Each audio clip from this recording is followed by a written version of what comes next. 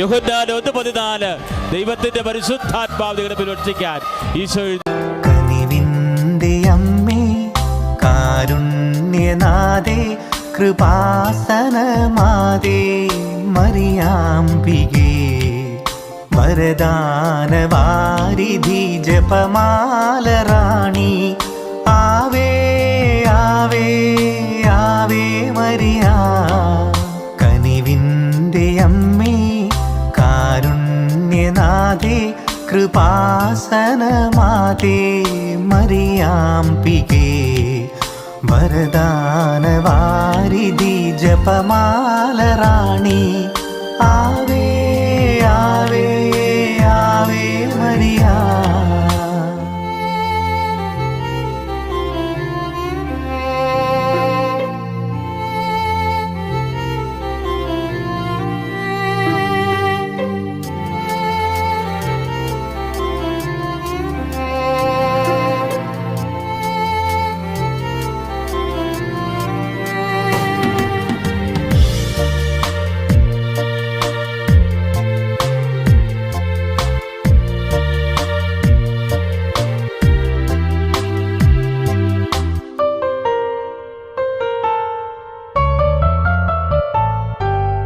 അലിവാർന്ന കൃപയുടെ ഉടമ്പടിയേകി, തിരുമുൻപിൽ വിറയാർന്ന ഹൃദയം നുറുങ്ങി.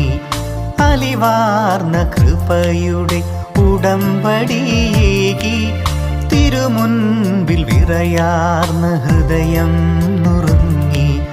കരളലിഞ്ഞു കനിവിയന്നു മിഴി തുറക്കുന്നാദേ, ആവേ ആവേ ആവേ മരിയ. ആവേ ആവേ ആവേ മരിയ. കനിവിന്റെ അമ്മേ, കാരുണ്യനാഥേ, കൃപാസനമാതേ, മറിയാംബികേ.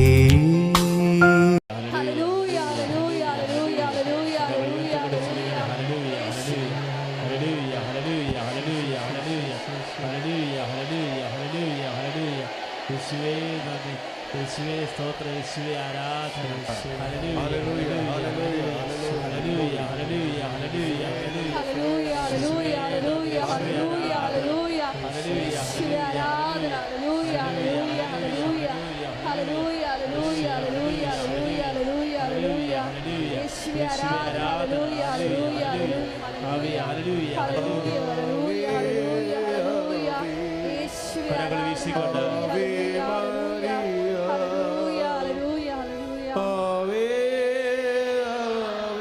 വീശിക്കൊണ്ട് ആവേ മരിയ ആവേ ആവേ ആവേ മരിയ.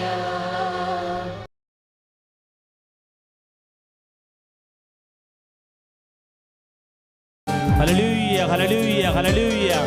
അമ്മേ, പരിശുദ്ധ ദൈവമാതാവേ, 2004 ഡിസംബർ 7-ാം തീയതി കർത്താവേ, ബഹുമാനപ്പെട്ട ജോസഫത്തിന് പ്രത്യക്ഷപ്പെട്ട പരിശുദ്ധി അമ്മേ, വരാൻ പോകുന്ന മഹാദുരന്തത്തെ മുൻകൂട്ടി അറിയിച്ച അമ്മേ, അമ്മയുടെ മുന്നിൽ ഉടമ്പടി ചെയ്തിരിക്കുന്ന സമസ്ത മക്കളുടെ മേൽ, അവരുടെ ജീവിത നിയോഗങ്ങളുടെ മേൽ, അവരുടെ ജീവിത അഭിലാഷങ്ങളുടെ മേൽ അമ്മേ, ജീവിക്കുന്ന ദൈവത്തിന്റെ സാന്നിധ്യമാണ് അമ്മേ, കൃപ വർഷിക്കണമേ എന്ന് പ്രാർത്ഥിക്കുന്നു. കരങ്ങൾ വീശി നിന്നിൽ നിന്നാഗതമായി മണ്ണിൽ രക്ഷകദീപം ലോകറാണി മാലാഖമാരുടെ റാണി, നിന്നിൽ നിന്നാഗതമായി മണ്ണിൽ രക്ഷകദീപം. കന്യേ മഹത്വം പിറന്ന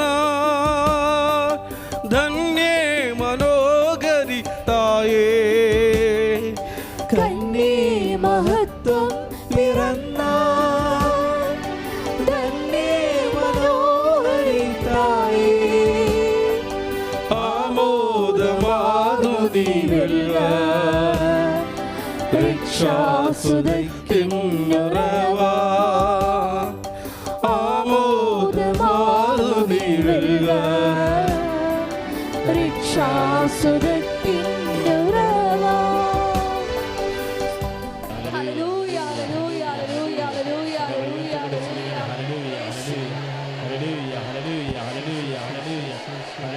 ഹല്ലേലൂയ, ഹല്ലേലൂയ. യേശുവേ നന്ദി, യേശുവേ സ്തോത്രം, യേശുവേ ആരാധന.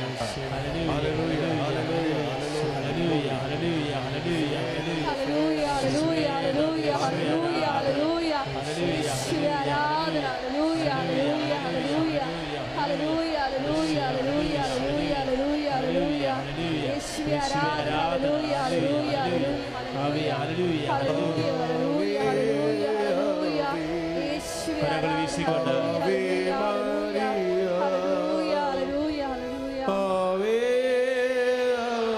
കരങ്ങൾ വീശിക്കൊണ്ട് ആവേ മരിയ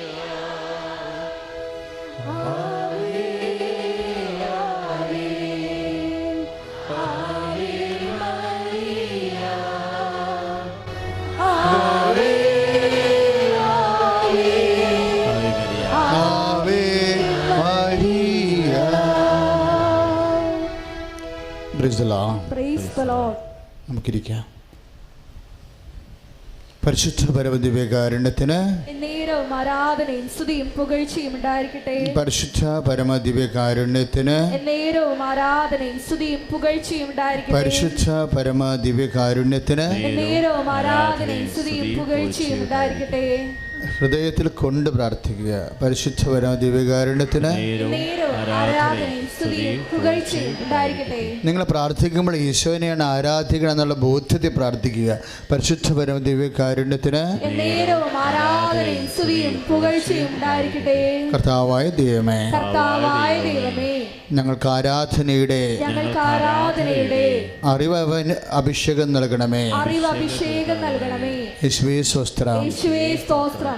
എല്ലാ മലാഖമാരെ, എല്ലാ മലാഖമാരെ, വിശുദ്ധന്മാരെ, വിശുദ്ധന്മാരെ, രക്തസാക്ഷികളെ, രക്തസാക്ഷികളെ, ഈ സമൂഹത്തിന് വേണ്ടി, ഈ സമൂഹത്തിന് വേണ്ടി ഞങ്ങൾക്ക് വേണ്ടി മാധ്യസ്ഥ പ്രാർത്ഥിക്കണമേ. എരിവോടെ പ്രാർത്ഥിക്കുവാൻ, എരിവോടെ പ്രാർത്ഥിക്കുവാൻ, സ്നേഹത്തോടെ ആരാധിക്കുവാൻ, സന്തോഷത്തോടെ ആരാധിക്കുവാൻ, സ്നേഹത്തോടെ ആരാധിക്കുവാൻ അഭിഷേകം നൽകണമേ. യേശുവേ സ്തോത്രം. യേശുവേ നന്ദി. കർത്താവായ ദൈവമേ, ഈ ശുശ്രൂഷ ലൈവായി പങ്കെടുക്കുന്ന വിദൂരദേശത്ത് പ്രാർത്ഥിച്ചുകൊണ്ടിരിക്കുന്ന എല്ലാ മക്കളെയും മേൽ കർത്താവിൻ്റെ കാരുണ്യം ചൊരിയട്ടെ. സ്തുതിക്കട്ടെ. ഹല്ലേലൂയ.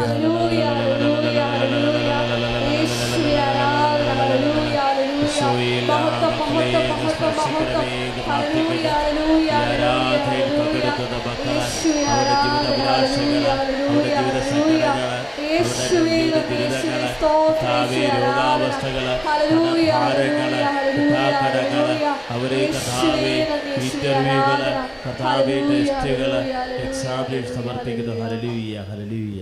പ്രിയമുള്ളവരെ, നമ്മളെ കർത്താവിൻ്റെ വീര്യപ്രവൃത്തികളെ പ്രാർത്ഥനാപൂർവം ശ്രവിച്ചുകൊണ്ടിരിക്കുകയായിരുന്നു. ഈ സാക്ഷ്യങ്ങളെല്ലാം നമ്മൾ പ്രാർത്ഥിച്ച് കേട്ടപ്പോൾ നമുക്കൊരു കാര്യം മനസ്സിലായി. ഇന്നില്ലെങ്കിൽ നാളെ ഇവിടെ സാക്ഷ്യം പറഞ്ഞ സഹോദരങ്ങളുടെ കൂടെ എനിക്കും ഈ അൾത്താരയിൽ കയറി ജീവിക്കുന്ന ദൈവത്തിന് സാക്ഷ്യം വഹിക്കാൻ കഴിയും. ഒന്ന് പറഞ്ഞേ, എനിക്കും ഈ അൾത്താരയിൽ വന്ന് ജീവിക്കുന്ന ദൈവത്തിന് സാക്ഷ്യം പറയാൻ കഴിയും. പരിശുദ്ധമേ, ഞാൻ ഉടമ്പടി ചെയ്തിരിക്കുന്ന വിഷയങ്ങളുടെ മേലെ എത്രയും വേഗം ദൈവിക തീരുമാനമുണ്ടായി എന്നെ സഹായിക്കണമേ. യേശുവേ സ്തോത്രം. സാക്ഷ്യങ്ങൾ നമ്മൾ ഒത്തിരി കേട്ടു. വളരെ മിറക്കിളായിട്ടുള്ള സാക്ഷ്യങ്ങളാണ് നമ്മൾ കേട്ടത്. ഒരു ബ്ലെസ്സിങ്സിൻ്റെ അപ്പുറത്ത്, അനുഗ്രഹത്തിൻ്റെ അപ്പുറത്ത് അതിശയമായിട്ടുള്ള അത്ഭുതങ്ങളാണ് നമ്മൾ കേട്ടത്. പക്ഷെ ഒന്ന് രണ്ട് സാക്ഷ്യങ്ങൾ എന്നെ വളരെ അത് പറഞ്ഞപ്പോൾ എന്നെ വളരെ ആകർഷിച്ച്. അതിലൊരു സാക്ഷ്യം നിങ്ങൾ കേട്ടതാണ്. ഒരു ചേച്ചി മകന് ക്യാൻസറാണെന്ന് വിചാരിച്ച് ഡോക്ടർ അത് വെരിഫൈ ചെയ്യാൻ വേണ്ടി ലാബിൽ രക്തമെടുത്തില്ലേ അല്ലേ? ലാബിൽ രക്തമെടുത്തപ്പോൾ അവരെന്നെ വിളിച്ച് സാക്ഷ്യം പറഞ്ഞത്, ഞാനപ്പം തന്നെ ആ രക്തം പിടിച്ച് വാങ്ങിച്ചെന്ന് പറഞ്ഞു ഇല്ലേ? അത് സാധാരണ എല്ലാവരും ചെയ്യണതല്ല. ഞാൻ ആ രക്തം പിടിച്ച് വാങ്ങിച്ചു അവരുടേക്ക് എന്ന്, എന്നിട്ട് ഞാനത് വിശ്വാസ പ്രമാണം ചെയ്യില്ലെന്ന്. ആ ഒരു സാക്ഷ്യം വലിയ സാക്ഷ്യമാണ്. എന്നിട്ട് ഞാൻ തിരിച്ചു കൊടുത്തെന്ന്. എന്നിട്ട് അവർ ടെസ്റ്റ് ചെയ്ത് ഡോക്ടർ പറഞ്ഞ് എൻ്റെ മകന് ഒരു അണുക്കളുമില്ല രക്തത്തിലെന്ന്. Praise the Lord. രണ്ടാമത് അതിനോട് ബന്ധപ്പെട്ട അതേ റാങ്കിലുള്ള ഒരു അനുഭവം ഉണ്ട്. അതിതാണ്, ഒരു മകൻ പഠിക്കണില്ല. പഠിക്കണത് അവന് ബോറാണ്, പഠിച്ചിട്ട് അവന് മനസ്സിലാവണില്ല. അതുകൊണ്ട് അവൻ പഠിക്കാറില്ല, എപ്പോഴും കളി തന്നെയാണ്. പള്ളിക്കൂടത്തിൽ പോവും, സ്കൂളിൽ പോവും, പിന്നെ കളിക്കും. പഠിച്ച് കണ്ടിട്ടില്ല. അവന് അത് പറഞ്ഞ് മനസ്സിലാക്കാനും പറ്റണില്ല. അവൻ പറഞ്ഞിട്ടൊന്നും കേൾക്കണമില്ല. അപ്പം അവരെന്താ ചെയ്തത്? ഉടമ്പടി എടുത്തിട്ട് അവർ പോയി ഉടമ്പടി തൈലം എടുത്ത് അവൻ്റെ നെറ്റിയിലൊരു കുരിശ് വരച്ചു അല്ലേ? പിറ്റേ ദിവസം മുതൽ അവൻ പറഞ്ഞു, എൻ്റെ അമ്മയെ ഞാൻ 2 മണിക്കൂർ വെച്ച് എല്ലാ ദിവസവും പഠിച്ചോളാമെന്ന്. തന്നെയല്ല, അവൻ പഠിക്കാനും തുടങ്ങിയിരിക്കണമെന്ന്. വെറുതെ ഒരമ്മ ചെയ്തതാണ്. ഉടമ്പടി തൈലം എടുത്ത് നെറ്റിക്കുറിച്ച് വരച്ചു. ഇത് വായിച്ചപ്പോൾ ഞാൻ വർഗീസ് സാർ എൻ്റെ മുറി ഇരിപ്പുണ്ടായിരുന്നു. ഈ സാക്ഷ്യം കേൾക്കുമ്പോൾ ഞാൻ സാറേ ഈ സാക്ഷ്യം കണ്ടില്ലേ? ഈ സാക്ഷ്യം ഒരു അധികാരത്തിൻ്റെ സാക്ഷ്യമാണ്. വിശ്വാസം, ദൈവസ്നേഹത്തിൽ നമ്മൾ വചനം കേട്ട് വളർന്നു കഴിയുമ്പോൾ നമ്മൾക്കുള്ള പ്രീസ്റ്റ്ഹുഡ്, അതായത് നിങ്ങൾക്കറിയാവോ, ഞങ്ങൾ പുരോഹിതരാണ്. ഞങ്ങൾക്കുള്ള പൗരോഹിത്യം, ശുശ്രൂഷ പൗരോഹിത്യം, മിനിസ്റ്റീരിയൽ പ്രീസ്റ്റ്ഹുഡ് എന്ന് പറയും. ഇനി നിങ്ങൾക്ക് യേശുവിൽ വിശ്വസിച്ച് ജ്ഞാനസ്നാനം സ്വീകരിച്ചിട്ടുള്ള അവർക്ക് ഒരു പൗരോഹിത്യമുണ്ട്. എന്താണത്? റോയൽ പ്രീസ്റ്റ്ഹുഡ്, രാജകീയ പൗരോഹിത്യം. അത് ജ്ഞാനസ്നാനം നമുക്ക് ലഭിക്കണതാണ്. അതുകൊണ്ടാണ് വീട്ടുമാംസം ചെയ്യാൻ നമുക്ക് അധികാരമുള്ളത്. ഇപ്പോൾ ഒരു കുഞ്ഞ് പ്രസവിച്ചു, പക്ഷേ കുഞ്ഞ് മരിക്കണ കണ്ടീഷനാണ്. കുഞ്ഞിന് ആത്മാവ് നഷ്ടപ്പെടാൻ പാടില്ലെന്നുണ്ടെങ്കിൽ അമ്മയ്ക്ക് കുഞ്ഞിനെ ജ്ഞാനസ്നാനപ്പെടുത്താം. അമ്മയ്ക്കെന്നല്ല, ഏത് വിശ്വാസിക്കും കുഞ്ഞിനെ പിതാവിൻ്റെയും പുത്രൻ്റെയും പരിശുദ്ധാത്മാവിൻ്റെ നാമത്തിൽ പറഞ്ഞ് അവൻ്റെ നെറ്റിയിൽ കുറിച്ച് വെച്ചിട്ട് വെള്ളമൊഴിക്കാം. ആത്മാവ് നിത്യരക്ഷ പ്രാപിക്കും. അതെന്ത് അധികാരമാണ്? അപ്പോൾ അങ്ങനെ ഒരു അധികാരമുണ്ട്. ഇതിന് റോയൽ പ്രീസ്റ്റ്ഹുഡ് എന്ന് പറയും. ഇത് നമ്മൾക്ക് വചനം കേൾക്കുന്ന അനുസരിച്ച് കൊണ്ട്, വചനം സ്നേഹത്തോടെ പാലിക്കുന്നതനുസരിച്ച് കൊണ്ട് ഈ റോയൽ പ്രീസ്റ്റ്ഹുഡിൻ്റെ പവർ വർദ്ധിക്കും. റോയൽ പ്രീസ്റ്റ്ഹുഡിൻ്റെ പവർ വർദ്ധിക്കും. ഞങ്ങളൊക്കെ ആഗ്രഹിക്കുന്നത് അതാണ്. അതായത് വിശ്വാസിയുടെ ശക്തി, ആത്മീയ ശക്തി വർദ്ധിക്കണം. കാര്യം ഈശോ എന്നാ പറഞ്ഞത്? വിശ്വസിക്കുന്നവരുടെ കൂടെ ഈ അടയാളമുണ്ടായിരിക്കും അല്ലേ? നമ്മൾ 16-17 വായിക്കും. മർക്കോസിൻ്റെ സുവിശേഷം 16-17 വായിക്കുമ്പോൾ എന്താ പറയണത്? വിശ്വസിക്കുന്നവരുടെ കൂടെ ഒന്ന് പറഞ്ഞേ, വിശ്വസിക്കുന്നവരുടെ കൂടെ ഈ അടയാളമുണ്ടായിരിക്കും. അവർ സർപ്പങ്ങളെ കയ്യിലെടുക്കും. മാരകമായ എന്ത് കഴിച്ചാലും ഒരു ഉപദ്രവവും ഉണ്ടാവുകയില്ല. അവർ രോഗികളുടെ മേൽ കൈവെക്കും, അവർ സൗഖ്യം പ്രാപിക്കും. അപ്പോൾ യേശുക്രിസ്തു എനിക്ക് വേണ്ടിയാണ് ക്രൂശിക്കപ്പെട്ടത്. ക്രൂശിക്കപ്പെട്ട ഈശോയെ പിതാവ് ഉയർത്തെഴുന്നേൽപ്പിച്ചു. ആ ഉയർപ്പിന് ഞാൻ വിശ്വസിക്കുമ്പോൾ യേശുക്രിസ്തുവിൻ്റെ ഉയർപ്പ് എനിക്ക് അവകാശമായി ലഭിക്കുന്നു, എനിക്ക് നിത്യജീവൻ ലഭിക്കുന്നു. അപ്പം ജ്ഞാനസ്നാനപ്പെടണം എന്തിനാണ്? നിത്യജീവന് വേണ്ടിയാണ് ജ്ഞാനസ്നാനപ്പെടുന്നത്. വിശ്വാസത്താലാണ്, നമുക്കുള്ള വിശ്വാസത്തിലാണ് നമ്മൾ ജ്ഞാനസ്നാനം സ്വീകരിക്കുന്നത്. നമ്മൾക്കുള്ള ജ്ഞാനസ്നാനത്താലാണ് നമുക്ക് നിത്യജീവൻ ലഭിക്കുന്നത്. ഈ നിത്യജീവൻ തന്നെ നമുക്ക് ലഭിക്കണ നിത്യജീവൻ തന്നെ ഓരോ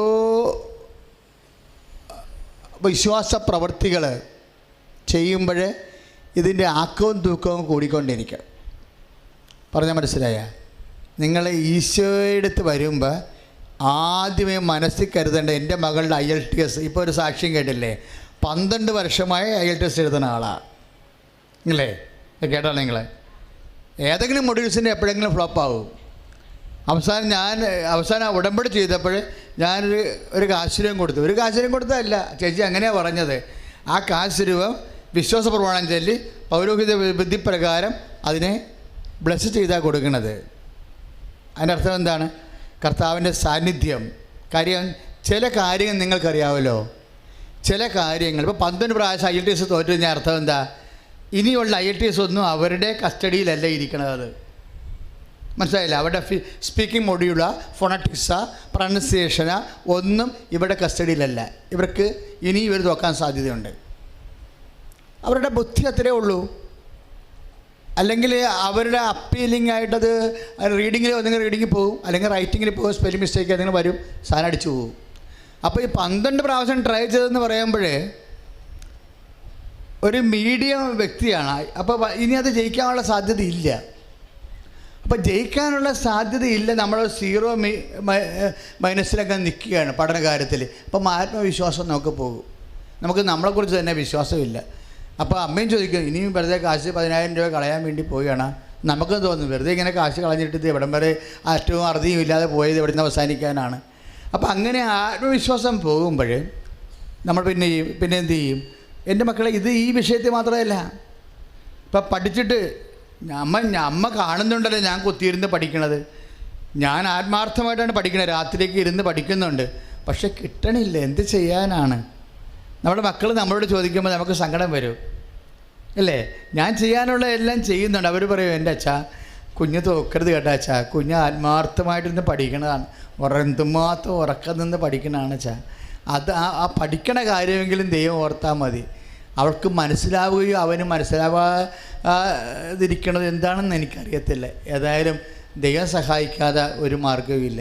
എൻ്റെ മക്കളെ, ജീവിതത്തിൽ ചില കാര്യങ്ങൾ ദൈവം സഹായിക്കാതെ നമുക്ക് വേറെ മാർഗ്ഗമില്ല. പറഞ്ഞ മനസ്സിലായ? ഇപ്പം ചിലർ പറയും, എൻ്റെ അച്ഛാ 10-40 കൊല്ലമായിട്ട് സ്ഥലം വിൽക്കാൻ നോക്കണതാണ്.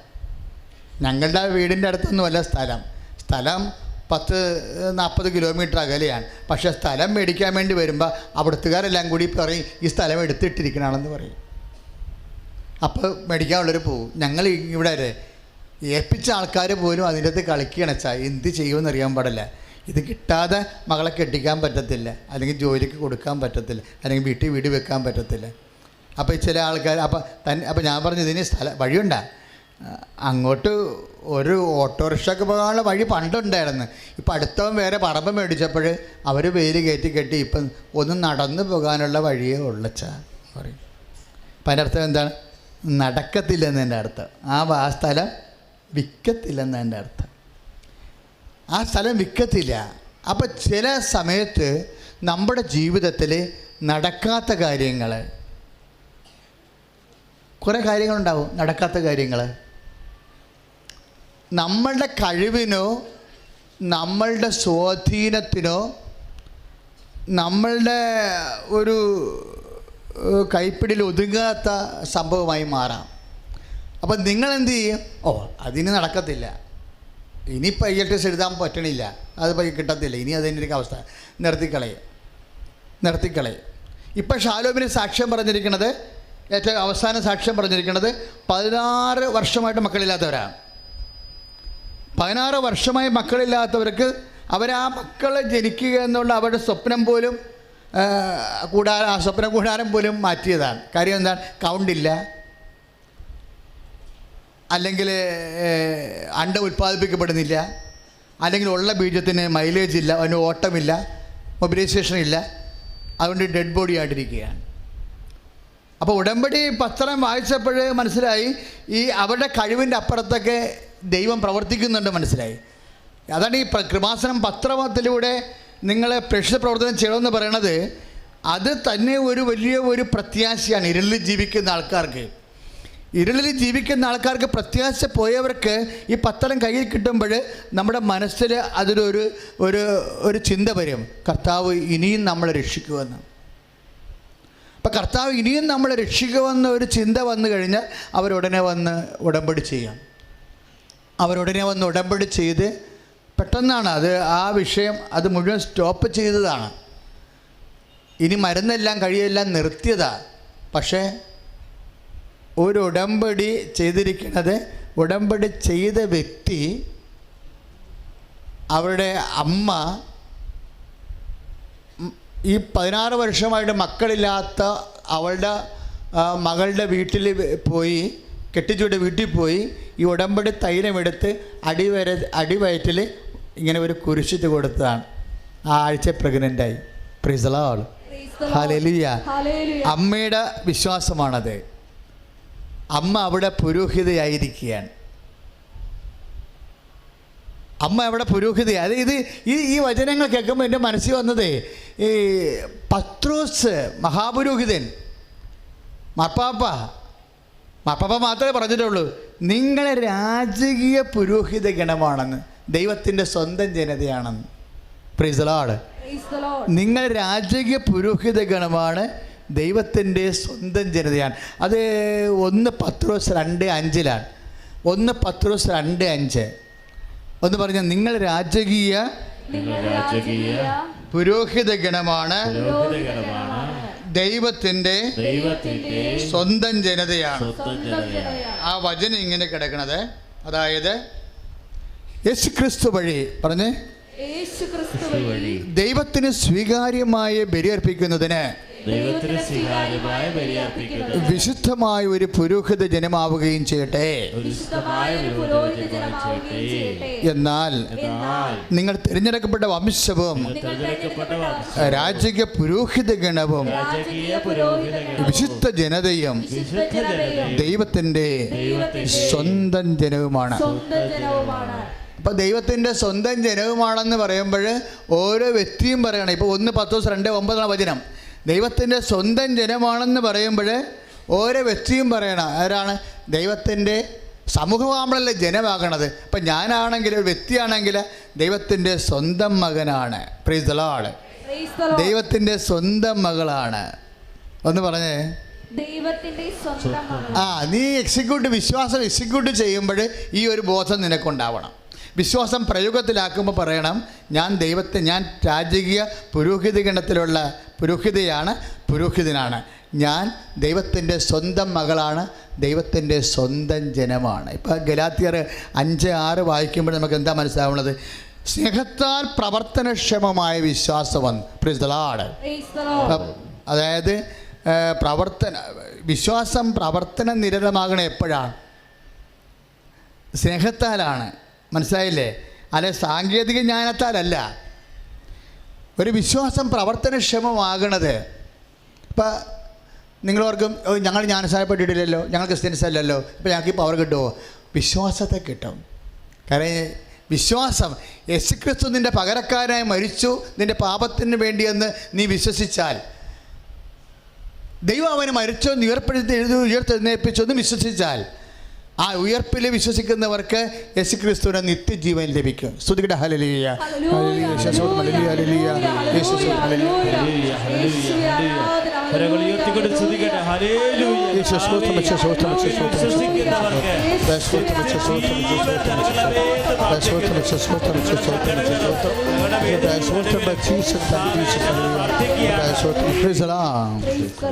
ഈ അനുഗ്രഹങ്ങൾ കൊടുക്കാൻ മാത്രമല്ല, നമ്മൾക്കൊരു ക്ലേശകാലങ്ങളുണ്ടാകുമ്പോൾ, ഈ ക്ലേശകാലങ്ങളുണ്ടാകുമ്പോൾ, സഹനകാലങ്ങളുണ്ടാകുമ്പോൾ നമുക്കറിയാം കർത്താവ് നമ്മുടെ ശിരസ്സാണ്. അപ്പോൾ നമ്മളാരാണ്? അവയവങ്ങളാണ്. അപ്പോൾ ശിരസ്സിൻ്റെ അതേ പവറാണ് ശരീരങ്ങൾക്ക് ലഭിക്കുന്നത്. അതുകൊണ്ട് തന്നെയാണ് പൗലോസ് പറയണത്, ശിരസ് ബലിയർപ്പിച്ചതുപോലെ നമ്മുടെ ക്ലേശങ്ങളിൽ ശിരസിൻ്റെ ബലിയോടുകൂടി, കർത്താവിൻ്റെ ബലിയോടുകൂടി നമ്മുടെ ക്ലേശങ്ങൾ നമ്മൾക്ക് കൂട്ടിവെച്ച് കഴിഞ്ഞാൽ അത് കർത്താവിൻ്റെ ബലിയുടെ ഭാഗമായി മാറും. അതുകൊണ്ടാണല്ലോ കൊളോസിയസ് 1:24 പറയണത് എന്താണ്? യേശു ക്രിസ്തുവിൻ്റെ പീഡാനുഭവങ്ങൾ വരുന്ന പോരായ്മ ഞാൻ എൻ്റെ ശരീരത്തിൽ സംഭവിക്കണമെന്ന്. അതിന് പകരമാണ് പത്രോസ് പറയണത് എന്താണ്? യേശു ക്രിസ്തു വഴി ദൈവത്തിന് സ്വീകാര്യമായ ബലിയർപ്പിക്കുന്നതിന് വിശുദ്ധമായ ഒരു പുരോഹിത ഗണവും ആയി തീരുമാറാവട്ടെ. അപ്പോൾ ബലിയർപ്പിക്കൽ നമ്മുടെ കൂട്ടത്തിലുള്ളതാ. ഇപ്പോൾ ഭർത്താവ് ഇപ്പോൾ ശരി എന്ന് വെച്ചാൽ പറയും, എൻ്റെ അച്ഛാ ഞാൻ മടുത്തച്ഛാ, എൻ്റെ ഹസ്ബൻഡ് ഇപ്പോൾ അവരാദ്യം ഒന്ന് കല്യാണം കഴിച്ചു. ആ കല്യാണം പ്രത്യേക സാഹചര്യത്തിൽ അദ്ദേഹത്തിന് വേറെ ബന്ധമുണ്ടായി എന്ന് പറഞ്ഞ് അത് പിരിഞ്ഞു. പിന്നെ പിരിഞ്ഞാലിങ്ങനെ ചെറുപ്പക്കാരൊക്കെ പിന്നെ അധികകാലം ഒറ്റയ്ക്ക് നിൽക്കാൻ പറ്റത്തില്ലല്ലോ. അവൾ പോയി വേറെ കല്യാണം കഴിച്ചു. ഇപ്പോൾ പറയണ വെച്ചാൽ ഇതും ഇപ്പോൾ ഒരു കുഴപ്പത്തിലാണ്. എന്താണ്? അയാൾ രാത്രി 2 മണിക്ക് ഫോൺ എടുത്തിട്ട് പുറത്തോട്ട് പോയാൽ പിന്നെ 4 മണിക്കാണ് വന്നത്. അപ്പം അയാൾക്ക് വേറെ ബന്ധമാണ്. അപ്പം ഞാൻ പ്രാർത്ഥിച്ച് നോക്കി. അതാണ് ഇങ്ങനെയുള്ള സീരിയസ് കേസിനൊക്കെയാണ് നിങ്ങൾ അച്ഛൻ്റെ അടുത്ത് വരേണ്ടത്. അല്ലാതെ മാവേലി മാങ്ങ വരണില്ലെന്ന് പറഞ്ഞുകൊണ്ട് നിങ്ങൾ ഇടിച്ച് തല്ലി ചീട്ടെടുത്തുകൊണ്ട് വരരുത്. സീരിയസ് ആയിട്ടുള്ള കാര്യങ്ങൾ. ഇപ്പം ഞാൻ നോക്കിയപ്പോൾ ഞാൻ പറഞ്ഞു, നമ്മളെ വെയിറ്റ് ചെയ്യണം, നീ ഒരു 7 വർഷം വെയിറ്റ് ചെയ്യണം. എന്താ കാര്യമുണ്ട്? അത് ഞാൻ നിങ്ങളോട് ഇപ്പോൾ പറയണില്ല, അത് സ്വകാര്യമായ വിഷയമല്ലേ. കാര്യം വെച്ച് കഴിഞ്ഞാൽ നമ്മൾ ഈ മനുഷ്യനെ റെക്ടിഫൈ എടുക്കാൻ പറ്റും. കാര്യം മറ്റത് സഭയറിഞ്ഞ് പിരിഞ്ഞതാണ് ആദ്യത്തെ വിവാഹം. സഭയറിഞ്ഞ് പിരിഞ്ഞെന്നുള്ളത് ബൈബിളിൽ നോക്കിയപ്പോൾ എനിക്ക് മനസ്സിലായത്. അവളെന്നോട് പറഞ്ഞില്ലായിരുന്നു. കാര്യം ഇപ്പം ജീവിച്ചുകൊണ്ടിരിക്കുന്ന ആളെ നാളെ കാലങ്ങളിൽ ആത്മാവിന് കേടില്ലാത്ത രീതിയിൽ സഭയറിഞ്ഞ് വിവാഹം കഴിക്കാൻ പറ്റുമെന്നുള്ള സൂചനയ്ക്ക് 7 വർഷമുണ്ടായി. അപ്പോൾ ഞാൻ ഓർത്തു, അപ്പോൾ ആദ്യത്തത് നിലനിൽക്കുന്നുണ്ടല്ലോ. അപ്പോൾ ഞാൻ പറഞ്ഞ, മോളെ ആദ്യത്തത് പിരിഞ്ഞതുപോലെ ഇവിടെ കാണുന്നത് സഭയറിഞ്ഞ്, കോടതിയിൽ നിന്നല്ല. കോടതിയും പിണ്ണാക്കും പോലീസ് സ്റ്റേഷനും ഒന്നും ദൈവരാജ്യം അംഗീകരിക്കത്തില്ല, നിങ്ങൾക്കറിയാമല്ലോ. അതൊക്കെ ഭൗതിക മനുഷ്യൻ്റെ ഒരാവശ്യമാണ്. നമുക്ക് അതിനെ മറികടന്ന് ഇവിടെ ജീവിക്കാൻ പറ്റത്തില്ല. കാരണം നമ്മൾ ഒരു രാജ്യത്ത് ജീവിക്കുമ്പോൾ നിയമത്തിന് വിധേയമാണ്. പക്ഷേ ദൈവരാജ്യത്തിൻ്റെ നിയമത്തിന് ഇതൊന്നും പ്രസക്തമല്ല. അപ്പം പറഞ്ഞ മകളെ, ഇത് നേരത്തെ ഉള്ളത് പിരിഞ്ഞതായിട്ടാണ് ഈശോ പറയണത്. അപ്പോഴാണ് ഞാൻ വിളിക്കുന്നത് ശരിക്കും. അതായത് സഭയറിഞ്ഞ്, രൂപതയറിഞ്ഞ്, ബിഷപ്പ് അറിഞ്ഞത് പിരിഞ്ഞ കർത്താവും പിരിഞ്ഞതായിട്ടാണ് കണക്കാക്കുന്നത്. ഇപ്പോൾ പിന്നെ വേറെ കല്യാണം കഴിക്കുക. പക്ഷേ ഇയാളെ കല്യാണം കഴിക്കാൻ പറ്റത്തില്ല, ഇയാൾക്ക് വേറെ ഒരു ഭാര്യയുണ്ട്. അതാണ് പ്രശ്നം. അപ്പോൾ 7 വർഷം ഞാൻ കൊടുത്തിരിക്കുകയാണ്. ഇപ്പോൾ 7 വർഷത്തിനുള്ളിൽ എന്തെങ്കിലും സംഭവിക്കും. അവിടെ എന്ത് സംഭവിക്കുമെന്ന് എനിക്കറിയാം. അത് അവരോടും ഞാൻ പറഞ്ഞിട്ടില്ല, നിങ്ങളോടും പറഞ്ഞിട്ടില്ല. അത് വളരെ മാനുഷ്യമായ ഒരു കാര്യമായതുകൊണ്ട് പറയാത്തത്. ഇതിനൊക്കെയാണ് ഈ കൗൺസിലിംഗ് എന്ന് പറയണത്. അച്ഛൻ്റെ അടുത്ത് നിങ്ങൾ സീരിയസ് ആയിട്ട് വരേണ്ടത് ഇതുപോലുള്ള വിഷയത്തിനാണ് വരേണ്ടത്. പക്ഷേ എൻ്റെ മക്കളെ, അതുവരെ ഞാൻ എന്ത് ചെയ്യുക വെച്ചാന്ന് പറയും. ഞാൻ പറഞ്ഞു, അതുവരെ നീ സഹിക്കണം. കാര്യം എന്താ? നിനക്കിതിരി ഭ്രാന്ത് കൂടുതലാണ്. എന്താ കാര്യം? തൊട്ടാലും പിടിച്ചാലും വാട്സപ്പ് എടുത്ത് നോക്കുകയാണ്. വേറെ ആരെയും വിളിച്ചിട്ടുണ്ടാ? ഇപ്പോൾ ഈ മൊബൈലൊക്കെ ഓരോരുത്തർക്കും കിട്ടിയപ്പോൾ എന്നാ പറ്റുന്നത്? എത്ര കുടുംബങ്ങൾ തരണമെന്നറിയാമോ? ഇന്നത്തെ കാലത്താണെങ്കിൽ ഓഫീസിലായാലും എവിടെയായാലും ആണും പെണ്ണും സംസാരിക്കാൻ ജീവിക്കാൻ പറ്റുക. പണ്ടത്തെ കാലമല്ലല്ലോ. ഇന്നത്തെ കാലത്ത് എവിടെ നമ്മൾ വർക്ക് ചെയ്യാൻ പോകുന്നു, നമ്മുടെ സഹപ്രവർത്തകരൊക്കെ എല്ലാം ചിലപ്പോൾ ഇപ്പം ലേഡീസ് ആയിരിക്കും. നമ്മുടെ സഹപ്രവർത്തകരെല്ലാം ചിലപ്പോൾ ആണുങ്ങളായിരിക്കും. അവരോട് നമുക്ക് ഉത്തരവാദിത്തമുണ്ട്. അവരാരും ചിലപ്പോൾ മേലാളായിട്ടിരിക്കണത്. അവർ അങ്ങോട്ടും ഇങ്ങോട്ടും വർക്ക് ചെയ്യാതെ ഒന്നും കമ്പനി മുന്നോട്ട് കൊണ്ടുപോകാൻ പറ്റത്തില്ല. പക്ഷേ അതിൻ്റെ പേരിൽ ചിലപ്പോൾ അവർ രാത്രി വിളിച്ചെന്ന് വരും നമ്മളാ. കാര്യം നാളെ ചിലപ്പോൾ റിപ്പോർട്ട് കൊടുക്കേണ്ട കേസാണെന്നുണ്ടെങ്കിൽ നമ്മളെ വിളിക്കണ പകരം വേറെ എവിടെ വിളിച്ചാൽ പറ്റുമോ? പക്ഷേ അത് ഭാര്യ സമ്മതിക്കത്തില്ല, അല്ലെങ്കിൽ ഭർത്താവ് സമ്മതിക്കത്തില്ല. ഇങ്ങനെയുള്ള ഭ്രാന്തികളും ഭ്രാന്തന്മാരും കല്യാണം കഴിക്കാതെ പോയിരിക്കണം നല്ലത്. അല്ല, തൊട്ടവരും പിടിച്ച് സംശയം നമ്മളെന്ത് ചെയ്യാനാ? അങ്ങനെ ചെയ്യരുത്. വിവാഹം കഴിക്കുമ്പോൾ തന്നെ നിങ്ങൾ തീരുമാനിക്കണം, ഈ കാലം വളരെ സാമൂഹ്യ സഹവർത്തിത്വത്തിൻ്റെ ഒരു കാലമാണ്. നമ്മൾ കഴിക്കണ ഭക്ഷണം എന്ന് പറയുന്നത്, ശമ്പളം എന്ന് പറയുന്നത് പലരുമായിട്ട് സഹവർത്തിത്വം ചെയ്യണ ജോലിയുടെ ഒരു വേർപ്പിൻ്റെ ഫലമാണ്. അത് മനസ്സിലാക്കാനുള്ള ബുദ്ധിബോധം ഇല്ലാത്ത ആൾക്കാർ ഞാൻ പറഞ്ഞ ആ പരിപാടിക്ക് പോകരുതെന്ന് എൻ്റെ അച്ഛനെ. വെറുതെ എന്തിനാണ് മറ്റുള്ളവരുടെ കുടുംബത്തിൽ സമാധാനക്കേട്, ജീവിതത്തിൽ സമാധാനക്കേട് ഉണ്ടാക്കുന്നത്? ഞാൻ പറഞ്ഞു, നിനക്ക് ഇതാണ് നിൻ്റെ ഒരു രീതിയെങ്കിൽ നിനക്ക് സഹനം ഉണ്ടാവും ഇനി. കാര്യം കുറേ സഹനങ്ങൾ നിങ്ങൾ സ്വന്തമായിട്ട് ഉണ്ടാക്കിയെടുക്കുന്നതാണ്. മനസ്സിലായില്ലേ? കുറേ സഹനങ്ങൾ.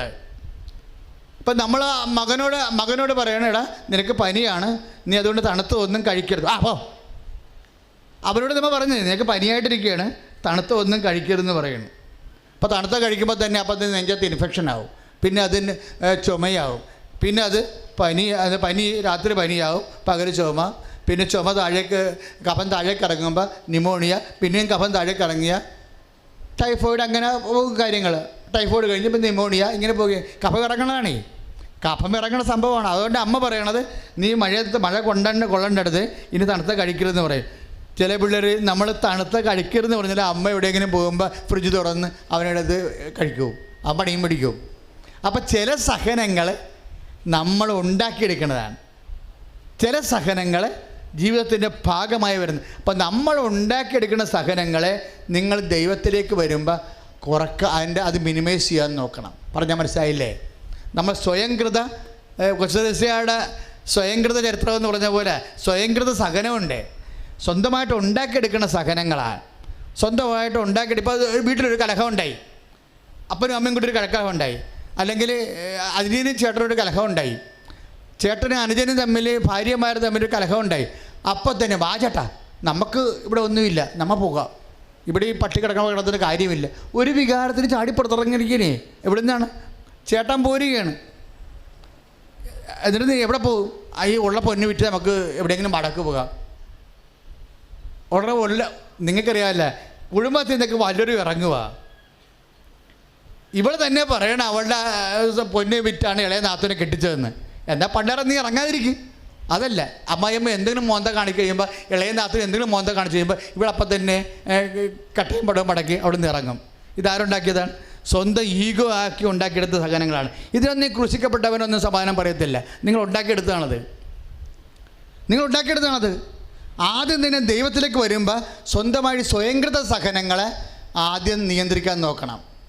നിങ്ങൾക്കറിയാമല്ലോ, ഈ കാലത്തൊക്കെ വീട്ടിൽ നിന്നൊക്കെ ഇറങ്ങിയുള്ള അവസ്ഥ എന്താണ്? ഒരു ഗ്യാസിന് അടിക്കടി വില കൂടിക്കൊണ്ടിരിക്കുകയാണ്. ഇപ്പോൾ 900 രൂപയെന്ന് കേട്ടു, ഇല്ലേ? വല്ല 300 രൂപ കിടന്ന ഗ്യാസാണ് 900 രൂപയായത്. അപ്പോഴും നമ്മൾ പുറത്ത് വാടകയ്ക്ക് പോയി കഴിഞ്ഞാൽ ഒന്നുമില്ല, ഗ്യാസ് വാങ്ങിക്കണ്ടേ? വാടക 5000 രൂപയല്ല, 5000-4000 രൂപ വാടക. 9-4 എത്ര എനിക്കറിയാൻ പറ്റില്ല. ഓ എൻ്റെ മാതാ, 9-4 13. പിന്നെ അതിൻ്റെ അപ്പുറത്ത് ഭക്ഷണ ചിലവ്, ഇല്ലേ? പയറിനൊക്കെ 80 രൂപ തൊട്ട് 120 രൂപ വരെ. ഇതൊക്കെ വരുമ്പോൾ എങ്ങനെ 10-30,000 രൂപയില്ലാതെ നിൽക്കാൻ പറ്റത്തില്ല. നമ്മുടെ കുടുംബത്തിൽ താമസിച്ചപ്പോൾ 10-17,000 രൂപ ചിലവായുള്ളൂ. ഈ പെണ്ണുമ്പുള്ള ചാടിപ്പിടിച്ച് ഇറങ്ങിയിട്ടാണ് ഇത്രയും കുഴപ്പമായത്. ഞാൻ നിങ്ങളുടെ കാലെ പിടിക്കാം. ദൈവത്തെ ഇറങ്ങാൻ പോകുന്നവർ വന്ന് എൻ്റെ അടുക്ക വന്ന് ചീട്ടില്ലെങ്കിൽ, അച്ഛാ ഇറങ്ങാൻ പോകുകയാണേ എന്ന് പറഞ്ഞ്, ചീട്ടില്ലെങ്കിൽ കുഴപ്പമില്ല, അച്ഛാ ഇറങ്ങാൻ പോകുകയാണ്. ഞാൻ പറഞ്ഞു, ഇടി മണ്ടി അവിടെ നിൽക്കി കേൾക്കട്ടെ എന്താ സംഭവം കേട്ടെന്ന് പറയും. പറഞ്ഞിട്ട് കച്ചിൻ കയ്യിൽ നിന്ന് അപ്പം തന്നെ തിരിച്ചു തരും. എന്താണെന്നറിയാം? സ്വന്തമായിട്ട് സഹനം ഉണ്ടാക്കിയെടുക്കരുത്. പറഞ്ഞാൽ മനസ്സിലായില്ലേ? ഞാനെന്താ ഉദ്ദേശിക്കണമെന്ന് പറഞ്ഞാൽ, സ്വന്തമായിട്ട് നിങ്ങൾ സഹനം ഉണ്ടാക്കിയെടുത്തില്ലെങ്കിൽ ബാക്കിയുള്ള സഹനത്തിന് ഇഹത്തിലും പരത്തിലും നമുക്ക് സമാധാനം ചെയ്യാൻ അച്ഛൻ പറയാം. നമുക്ക് കൗൺസിലിംഗ് ചെയ്യുമ്പോഴും പ്രാർത്ഥന കഴിയുമ്പോഴും നമുക്ക് ഒരു 2-3 കോഴ്സ് കഴിയുമ്പോൾ നേരെ ചൊവ്വ വരും. അതുകൊണ്ടാണ്, അതായത് ചില സമയത്ത് ഈ സ്വന്തമായിട്ട് ആൾക്കാർ സഹനങ്ങൾ ഉണ്ടാക്കുന്ന ബുദ്ധിബോധമില്ലാതെ ഉണ്ടാക്കുന്ന കാരണം ദൈവം തരുന്ന സമാധാനം അനുഭവിക്കാതെ പോകുന്നുണ്ട്. അതാണ് അച്ഛൻ്റെ പ്രശ്നം. പറഞ്ഞാൽ മനസ്സിലായില്ലേ? നമ്മൾ സ്വന്തമായിട്ട് ബുദ്ധിബോധമില്ലാതെ വികാരം കൊണ്ട് ഈഗോ അടിച്ചിട്ട് നമ്മളിങ്ങനെ പ്രശ്നങ്ങൾ ഉണ്ടാക്കുന്ന കാരണം ദൈവം തരുന്ന സമാധാനം നമുക്ക് അനുഭവിക്കാൻ പറ്റാതെ വരുന്നുണ്ട്. അപ്പോഴും ദൈവത്തിന് അതിൻ്റെ മഹത്വം കുറഞ്ഞു പോകുന്നുണ്ട്. കാര്യം നമ്മൾ സ്വന്തമായിട്ട് ഈഗോ അഹങ്കാരം കാണിച്ചാൽ അതിൻ്റെ നെറ്റ് ഇഫക്റ്റ് വരുന്നത് ദൈവമഹത്വം കുറഞ്ഞു പോകുന്നതാണ്.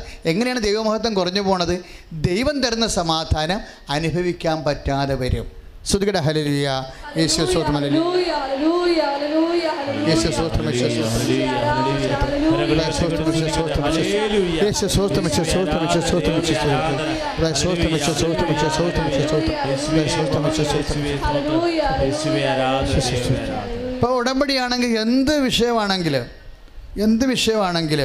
ഉടമ്പടിയിൽ പരിശുദ്ധ അമ്മ കൈകാര്യം ചെയ്യും.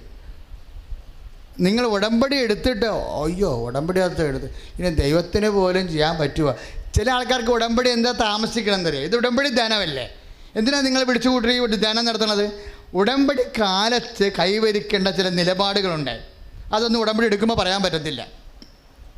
ഉടമ്പടി കാലത്ത് നമ്മൾ ഉടമ്പടി ചെയ്തുകൊണ്ടിരിക്കുന്ന കാലത്ത് കൈവരിക്കേണ്ട നിലപാടുകളുണ്ട്. ഇപ്പോൾ ഉദാഹരണത്തിന് നിങ്ങൾ ഉടമ്പടി ചെയ്തപ്പോൾ നിങ്ങൾ വീട്ടിൽ ഇടും മറ്റേത് ഉടമ്പടി ചെയ്താ ചെയ്ത്. എന്നാൽ ഇപ്പോൾ ഇവർക്ക് തന്നെ ഒരു നിശ്ചയമില്ല. ഇപ്പോൾ ഒരു ചേച്ചി ഇവിടെ ഉണ്ടായിരുന്നു, കഴിഞ്ഞ ദിവസം ഒരു സാക്ഷ്യം പറഞ്ഞ്, കഴിഞ്ഞ 2-ാം ചൊവ്വാഴ്ച. അപ്പോൾ അവരുടെ 6 വാടക കെട്ടിടമാണ്. പണ്ടത്തെ വാടകയ്ക്ക് ഇരിക്കുന്ന ആൾക്കാർ 6 വാടക കെട്ടിട പണ്ട് അപ്പൻ്റെ കാലത്ത് കൊടുത്ത വാടക 6 കടലും ആൾക്കാരിപ്പുണ്ട്. പക്ഷേ പ്രശ്നം വെച്ച് കഴിഞ്ഞാൽ ആ വാടകക്കാരൊരിക്കലും പുതുക്കത്തില്ല. അവർ പണ്ടത്തെ 3 രൂപയ്ക്ക് ഇരിക്കുകയാണ്, ഇന്ന് മാറിക്കൊടുക്കത്തുമില്ല, വാടക അടക്കത്തുമില്ല. 3 രൂപ 10 രൂപ 75 രൂപയ്ക്കൊക്കെ ഇരിക്കുകയാണ്. പണ്ട് പോലെ ഇരിക്കണതാണ്. ഒരിക്കലും കൊന്നെന്ന് പറഞ്ഞൊരു വാടക പുതുക്കത്തില്ല, ഉള്ള വാടക കൊടുക്കത്തുമില്ല. എന്ന് വെച്ച് കഴിഞ്ഞാൽ ഒരു തരത്തിൽ ഫലത്തിൽ പറഞ്ഞാൽ കയ്യേറ്റമാണ്. കാര്യം ഇവിടെ കയ്യിൽ പാർട്ടിയുമില്ല, ഇവിടെ കയ്യിൽ ആളുമില്ല, അർത്ഥമില്ല, എന്തും ചെയ്യാൻ നടക്കുമെന്നുള്ള രീതിയിൽ ഗുണ്ടായുസത്തിൽ കയറി പിടിച്ചടക്കിയിരിക്കുകയാണ്. ഞാൻ പറഞ്ഞ് അതിനേക്കാൾ വലിയ ഗുണ്ടായുസം കാണിക്കുന്ന ആളാണ് ഇവിടെ ഇരിക്കുന്നത്, ഞങ്ങളുടെ ഉടമ്പടി ചെയ്തേക്കാൻ പറഞ്ഞു. എന്താ കാര്യം? ഇവിടെ ഈ ഉപ്പ ഗുണ്ടായുസമൊന്നുമില്ല. അടിക്കുമെങ്കിൽ പിശാചുമായിട്ട് അടിക്കത്തുള്ളൂ. പിശാചിനെ കണ്ടപ്പോൾ അതിന് ദൈവം പറയും, എനിക്കൊരാൾ വരുന്നുണ്ട്, അതിൻ്റെ പെടൽ ഞാൻ എടുക്കുന്നുണ്ട്. നിനക്ക് സ്ത്രീക്കും തമ്മിലും നിൻ്റെ സന്തതിക്കും സ്ത്രീയുടെ സന്തതിക്കും തമ്മിലും ഞാൻ ശത്രുത ഉളവാക്കും. നിൻ്റെ കുതികാലിന് അവൻ പരിക്കേൽപ്പിക്കുമെന്ന്, അവൻ്റെ കുതികാലിന് നീ പരിക്കേൽപ്പിക്കുമെന്ന് പറഞ്ഞു. അപ്പം നിനക്കും സ്ത്രീക്കും തമ്മിലാണ് ശത്രുത. മനസ്സിലായില്ലേ? പൈശാചികമായ തിന്മയുടെ ശക്തികൾക്കെതിരെ അടരാടാൻ വേണ്ടിയുള്ള ദൈവത്തിൻ്റെ അവതാരമായിട്ടാണ്, ദൈവം നൽകിയ അവതാരമായിട്ടാണ് അമ്മയെ ഈശോ ജനിപ്പിക്കുന്നത്, ദൈവം ജനിപ്പിക്കുന്നത്. കൈ അടിച്ച് കർത്താൻ.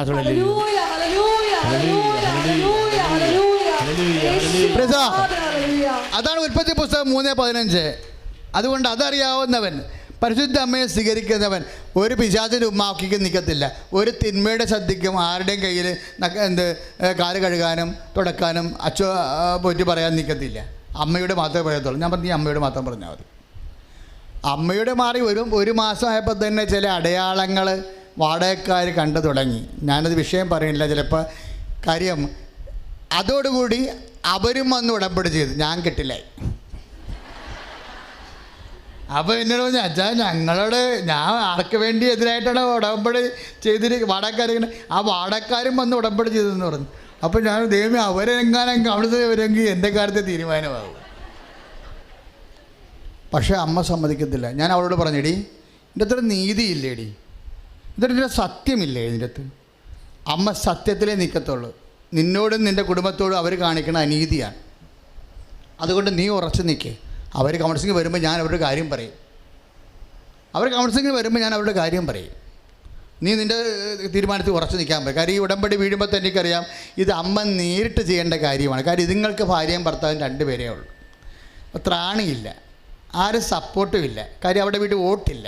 അവർ വലിയ കുടുംബമാണെങ്കിൽ 10-40 ഉള്ള കുടുംബമാണെങ്കിൽ പാർട്ടിക്കാർ വിചാരിക്കും 10-80 വോട്ടുണ്ടല്ലോ എന്ന് വിചാരിച്ചുകൊണ്ട് അങ്ങനെയെങ്കിലും ഒരു സപ്പോർട്ട്. അപ്പോൾ രാഷ്ട്രീയ ബേസിൽ അവർക്കൊരു വോട്ട് ബലമില്ല. ഇവരുണ്ട്, ഇവർ മാത്രമുണ്ട്. പിന്നെ ആരുണ്ട്? അമ്മയും ഉണ്ട്. അത്രയേ ഉള്ളൂ. ഉടമ്പടി ചെയ്യുമ്പോൾ ഉടമസ്ഥയായി പോയില്ലേ? ഉടമ്പടി ചെയ്യുമ്പോൾ എന്താണ്? ഉടമ്പടി നമ്മുടെ അമ്മയുടെ ഇപ്പം നിങ്ങൾ ഈ സാക്ഷ്യങ്ങൾ വെക്കുമ്പോൾ തോന്നില്ലേ, നീല നിറം കണ്ടു, വെള്ള നിറം കണ്ടു, തിരി പുകഞ്ഞ് നേരെ മാതാവിനെ പോലെ വന്നു. ഇതൊക്കെ സാന്നിധ്യമാണ്, ആളിൻ്റെ സാന്നിധ്യമാണ്. ഉടമ്പടി നമ്മൾ ചെയ്ത് കഴിയുമ്പോൾ ഇത് വീട്ടിലോട്ട് വരികയാണ് ആൾ. ചിലരുടെ വീട്ടിൽ വ്യക്തമാക്കേണ്ടത് കൊണ്ട് വ്യക്തമാകും, ചില വീട്ടിൽ വ്യക്തമാകാതെ നിൽക്കും. നമ്മൾ ഇപ്പോൾ 2 കൊല്ലം ഉടമ്പടി പിന്തിരിഞ്ഞപ്പോൾ എത്ര പേരാണ് സാക്ഷ്യം പറഞ്ഞിരിക്കുന്നത്? അമ്മ ഞങ്ങളുടെ വീട്ടിൽ വന്നെന്ന്. മുസ്ലിം സഹോദരങ്ങൾ വരെ ഇവിടെ സാക്ഷ്യം പറഞ്ഞില്ലേ? വന്നു. അമ്മ ഞങ്ങളുടെ വീട്ടിൽ വന്നെന്ന്. ഞാൻ കണ്ട മാതാവ്, എൻ്റെ ലോക്കറ്റ് കിടക്കുന്ന മാതാവിനെയാണ് ഞാൻ കണ്ടത്. നിങ്ങൾക്ക് മാതാവാണെന്ന് എനിക്ക് അറിയത്തില്ലായിരുന്നെന്ന്. പിന്നീട് എനിക്ക് മനസ്സിലായി ഈ രൂപം എവിടെയോ ഉണ്ടല്ലോ. അയ്യോ, ഇതെൻ്റെ ലോക്കറ്റ് കിടക്കണമല്ലോ എന്ന്. എൻ്റെ ലോക്കലിലുള്ള രൂപമാണ്. അപ്പോൾ ഇന്നും കേട്ടെത്ര സാക്ഷ്യങ്ങൾ 2 അല്ലേ? ആ കുഞ്ഞിൻ്റെ അടുത്ത് ഇങ്ങനെ വന്ന് നിൽക്കുക. ആ കണ്ണിൽ ഒരു ദശ വളരണ സാക്ഷ്യം കേട്ടില്ലേ? കണ്ണിലൊരു ദശ, അത് ക്യാൻസറാണ് ശരിക്കും. അത് 1.5 കൊല്ലമായി തുടങ്ങിയിട്ട് എൻ്റെ പേര്. അതുകൊണ്ടാണ് ആ തലവേദനയൊക്കെ ആ കൊച്ചിന് വന്നുകൊണ്ടിരുന്നത്. അപ്പോൾ കൊച്ചിന് പഠിക്കാൻ പോകാൻ മടിയായത് കൊണ്ടാണ് എന്ന് വിചാരിച്ചുകൊണ്ട് ആ തലവേദന അമ്മ മൈൻഡ് ചെയ്തില്ല. പക്ഷേ സഹിക്കാൻ പറ്റാതെ വന്നപ്പോൾ ഹോസ്പിറ്റലിൽ കൊണ്ട് ചെന്നപ്പോൾ കർണം പൊക്കി നോക്കിയപ്പോഴാണ് ദശ തള്ളി നിൽക്കണത്. ദശ തള്ളി നിന്ന് കഴിഞ്ഞപ്പോൾ ഉടനെ എന്ത് ചെയ്ത് ഡോക്ടർ പറഞ്ഞ് ഇത് ഓപ്പറേഷൻ വേണമെന്ന് പറഞ്ഞ് 1 പ്രാവശ്യം പറഞ്ഞ് പിറ്റേ ആഴ്ചയിലും പറഞ്ഞ് ഓപ്പറേഷൻ വേണമെന്ന്. അപ്പം കണ്ണിലൊക്കെ ഓപ്പറേഷൻ ചെയ്യാനുള്ള അവസ്ഥ എന്താ? കണ്ണ് തിരിച്ച് കിട്ടുക ഇല്ലെന്ന് എങ്ങനെ അറിയാനാണ്? എൻ്റെ പേരെന്തുമാത്രം പോയിട്ടുണ്ടെന്ന് എങ്ങനെ അറിയാനാണ്? അപ്പോൾ അവൾ വന്ന് അമ്മയുടെ അടുത്ത് കണ്ണുനീരുടെ വിട്ടേ, അമ്മേ എൻ്റെ കുഞ്ഞിൻ്റെ കണ്ണിട്ട് തൊടയില്ലേ എന്ന് പറഞ്ഞു. ഇവരെന്താ വെച്ചാൽ അവർക്കൊരു ഓർമ്മ വന്നു. അവിടെ ഉടമ്പടി തൈലം എടുത്തിട്ട് കണ്ണെ തൊട്ട് കൊടുത്ത് പിറ്റേ ദിവസം നോക്കിയപ്പോൾ ആ സാധനം തള്ളി താഴേക്ക് തന്നെ ഇല്ലേ. പിന്നെ അതിൻ്റെ ഒരു അംശമാണ് ഇങ്ങനെ ചുമ്മാ ആ കണ്ണിലെ കരടെടുത്ത് കളയണ പോലെ ഡോക്ടർ എടുത്ത് കളഞ്ഞത്. അതൊരു അംശമാണ്. എല്ലാം പോയി കഴിഞ്ഞ ശേഷം അതെല്ലാം പോയതിന് അമ്മയെടുത്ത് അപ്പം ആ കുഞ്ഞിൻ്റെ മേൽ 3 പ്രാവശ്യമാണ് നീല വെളിച്ചം കണ്ടത് അല്ലേ. അമ്മ വരുന്നതിൻ്റെ അടയാളമായിട്ട് ആ കുഞ്ഞിൻ്റെ മേൽ 3 പ്രാവശ്യമാണ് വെളിച്ചം കാണുന്നത്. അത് അമ്മയാണെന്ന്, അത് ആ കുഞ്ഞിൻ്റെ അമ്മേനെ ഒന്ന് ചിന്തിച്ച് നോക്കിയേ. അവരും ഇടിപെട്ട് വിശ്വാസമാണ്. നിങ്ങൾ ഈ ഉടമ്പടി കാലത്ത് എന്താണെന്ന് പറയും, ഞങ്ങളൊക്കെ എല്ലാവരും എപ്പോഴും ഒരുപോലെ കാര്യം ഉടമ്പടിക്കൊരു 50 ക്ലാസ് 25 ക്ലാസ്സങ്ങൾ കിട്ടിയാൽ മാത്രമേ ഉടമ്പടി അതിൻ്റെ ചിട്ടയിൽ വരത്തുള്ളൂ. ഇല്ലെങ്കിൽ നിങ്ങൾ ആക്കാനും വേണ്ടി ഓക്കാനിക്കണ പോലെ കൊണ്ടുവന്നിട്ടും അപേക്ഷ കത്തിട്ടെന്ന് പറഞ്ഞ് പോയിരിക്കുന്ന ആൾക്കാർ. അതുകൊണ്ടാണ് നിങ്ങളൊക്കെ ഈ അച്ഛനെ കാണാമെന്നൊക്കെ പറഞ്ഞ് വരുമ്പോഴും ഞങ്ങൾ മൈൻഡ് ചെയ്യാത്തത് എന്താ അറിയാമോ? കാണാൻ പാടാണ്. കാര്യം പ്രളയം പിടിച്ച് കേരളത്തിലെ ധ്യാന കേന്ദ്രം മുഴുവൻ അടച്ച ഒരു കാലഘട്ടത്തും കൃപാസനത്തിൽ 3000 ഉടമ്പടി എഴുതിയിരിക്കുന്ന ആൾക്കാർ. ഒരു ദിവസം 500-400 ഉടമ്പടി നടക്കുന്ന സമയത്ത് ആരെ കാണാനാ? അച്ഛനെ കാണാനാണോ ദിവസത്തിൽ ഉടമ്പടി ചെയ്യരുത്. പക്ഷേ ഇവിടെ സാക്ഷ്യം പറഞ്ഞ കേട്ടില്ലേ? ആരാണ്? അമ്മയെ കാണാൻ വേണ്ടി ഉടമ്പടി ചെയ്ത ആൾക്കാരാണ് സാക്ഷ്യം പറഞ്ഞുകൊണ്ടിരിക്കുന്നത്. അവരിനിയും പറയും. ഉടമ്പടി എന്ന് പറയുമ്പോൾ ചില ആൾക്കാർ വിചാരിക്കണം 3 മാസം ചെയ്ത് കഴിയുമ്പോൾ തീർന്നില്ല എന്നാണ്. 3 മാസം കഴിയുമ്പോൾ ഒരു ഘട്ടം പൂർത്തിയാക്കുകയാണ്. ഒരു കൊല്ലത്തേക്കാണ് ഉടമ്പടി. 4 കോളമില്ലേ? 4 കോളമില്ലേ അതിൻ്റെ അകത്ത്? അതിൻ്റെ അർത്ഥം എന്താണ്? ഒരു കൊല്ലത്തേക്കാണ് നമ്മൾ ഉടമ്പടി ചെയ്തിരിക്കണം. ചില പേര് എന്തെന്നറിയാമോ?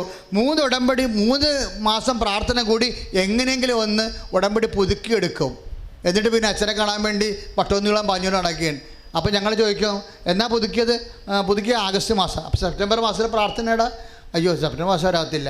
അപ്പോൾ ഒക്ടോബർ മാസത്തിൽ പ്രാർത്ഥന ചെയ്ത അയ്യോ ഒക്ടോബർ മാസത്തിൽ വന്നില്ല, വരണം.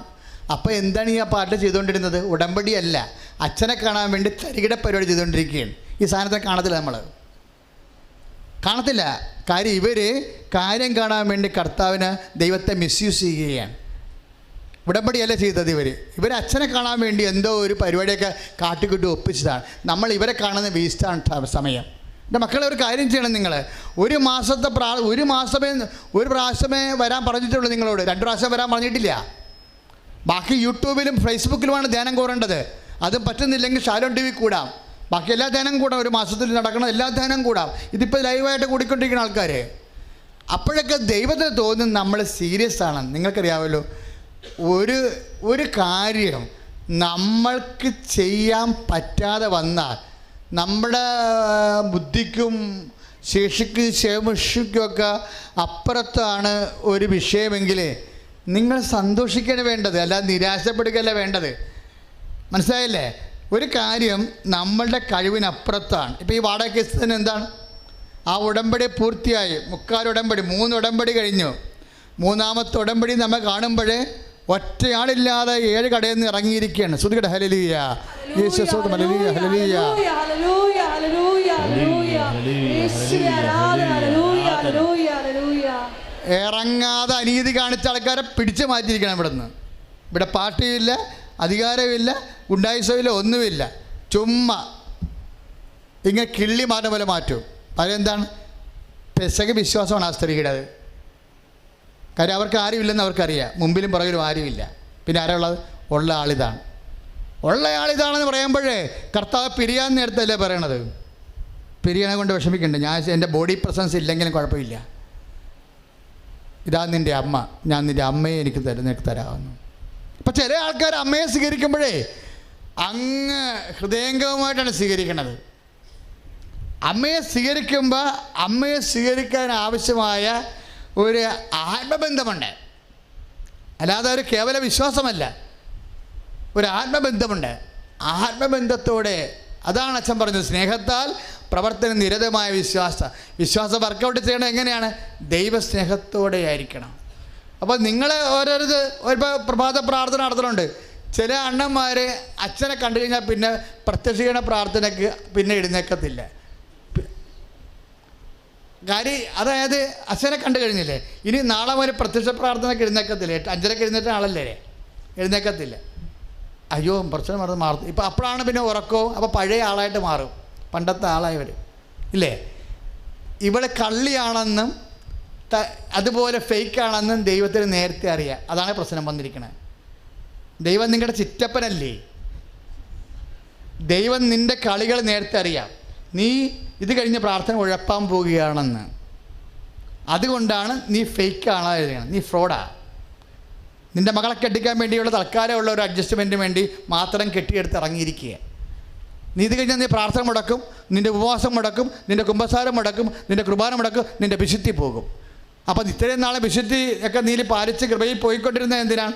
ഈ ഭൗതികമായ കാര്യങ്ങൾക്ക് വേണ്ടിയാണ്. ഈ ഭൗതികമായ കാര്യങ്ങൾക്ക് വേണ്ടി മാത്രമാണ്, ഈ ജീവിതത്തിന് വേണ്ടി മാത്രമാണ്. നിങ്ങൾക്കറിയാവോ, ഈ ജീവിതത്തിന് വേണ്ടി മാത്രമാണ്. ഏത് പറഞ്ഞ്?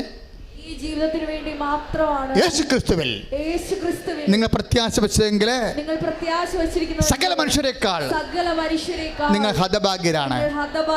അതാണ് ഉടമ്പടി കണ്ടുപിടിക്കുന്ന ഹതഭാഗ്യം. ഇപ്പം 1 Corinthians 15:19 ഈ ജീവിതത്തിന് വേണ്ടി മാത്രമാണ് നിങ്ങൾ യേശുക്രിസ്തു പ്രത്യാശ അർപ്പിച്ചെങ്കിൽ സകല മനുഷ്യരെക്കാൾ നിങ്ങൾ ഹതഭാഗ്യരാണെന്ന്. ചില ഉടമ്പടി എടുത്ത ആൾക്കാർക്ക് എന്തുകൊണ്ടാണ് ഒരു മൂവ്മെൻ്റ് ഇല്ലാത്തത്?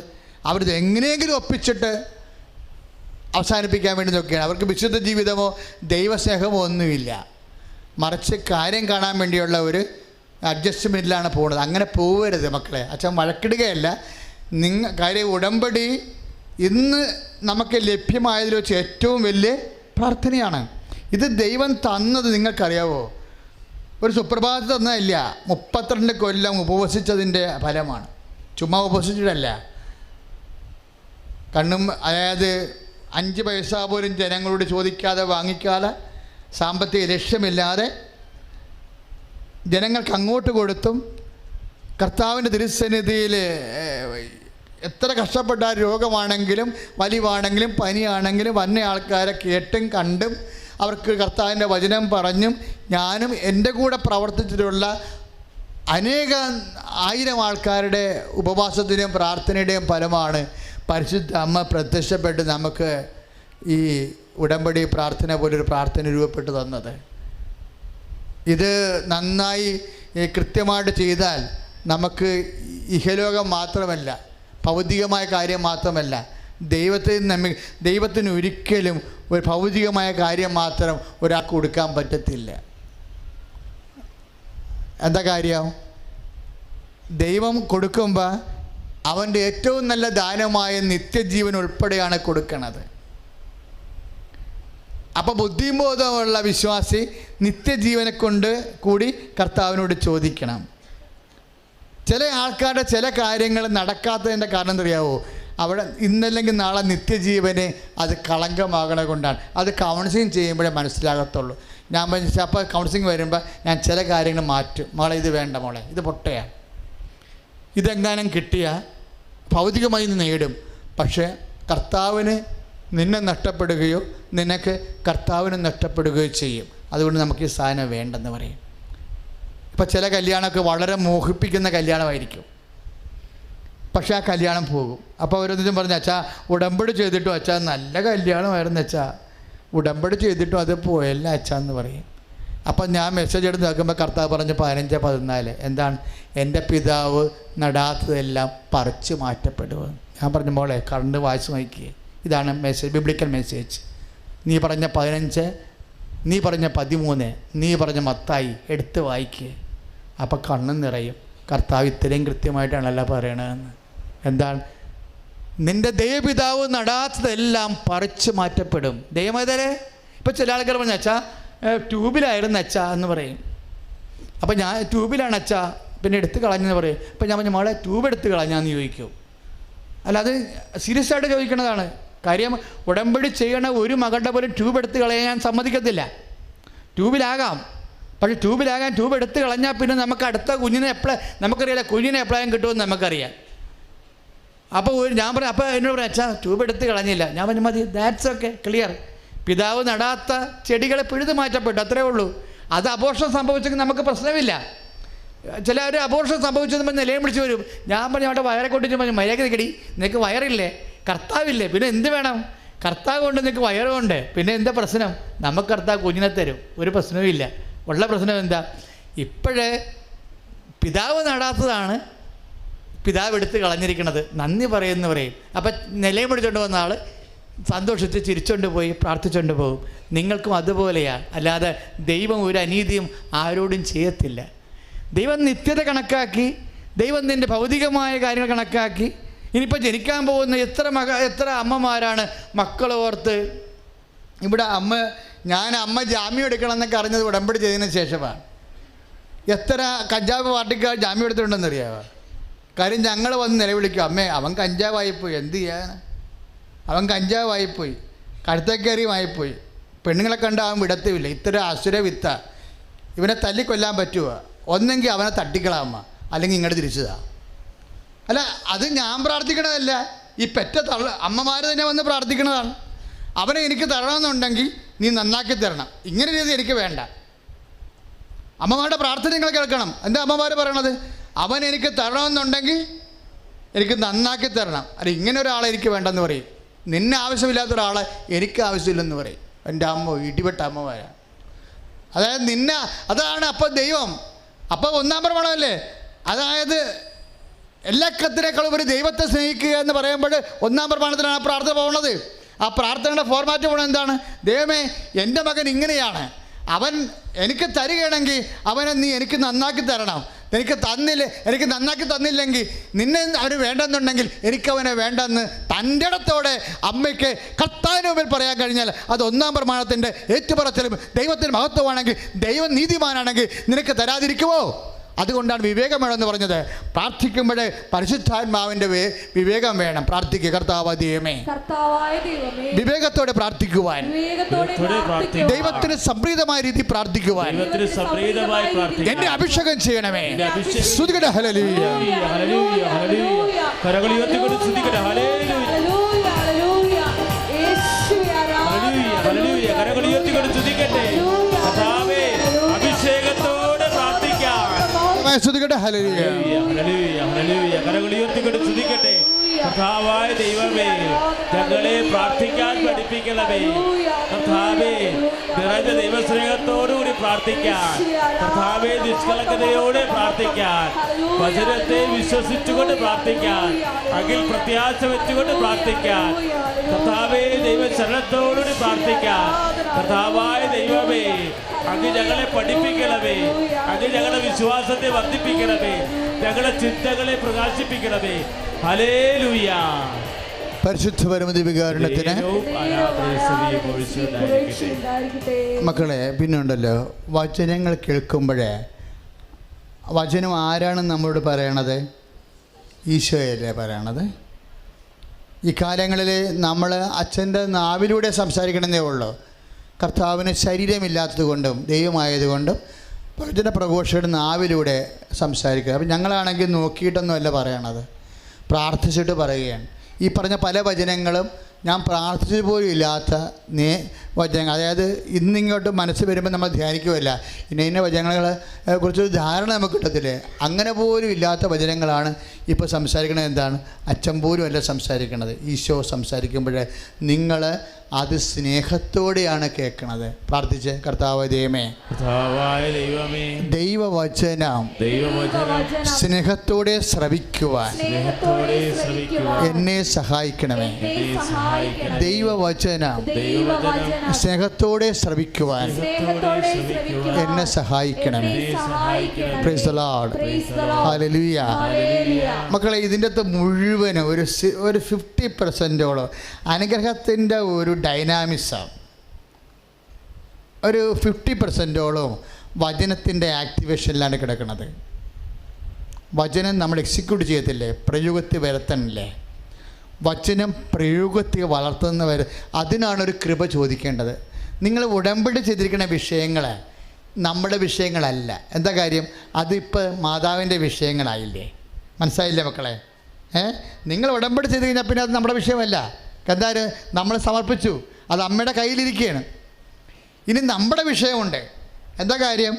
നമ്മൾ ഓരോ ദിവസവും വചനത്തോട് സ്നേഹമുണ്ടാവുകയും വചനത്തിൻ്റെ സാക്ഷിയായി മാറുകയും ദൈവത്തിൻ്റെ സ്വന്തമായി മാറുകയും ചെയ്യണം.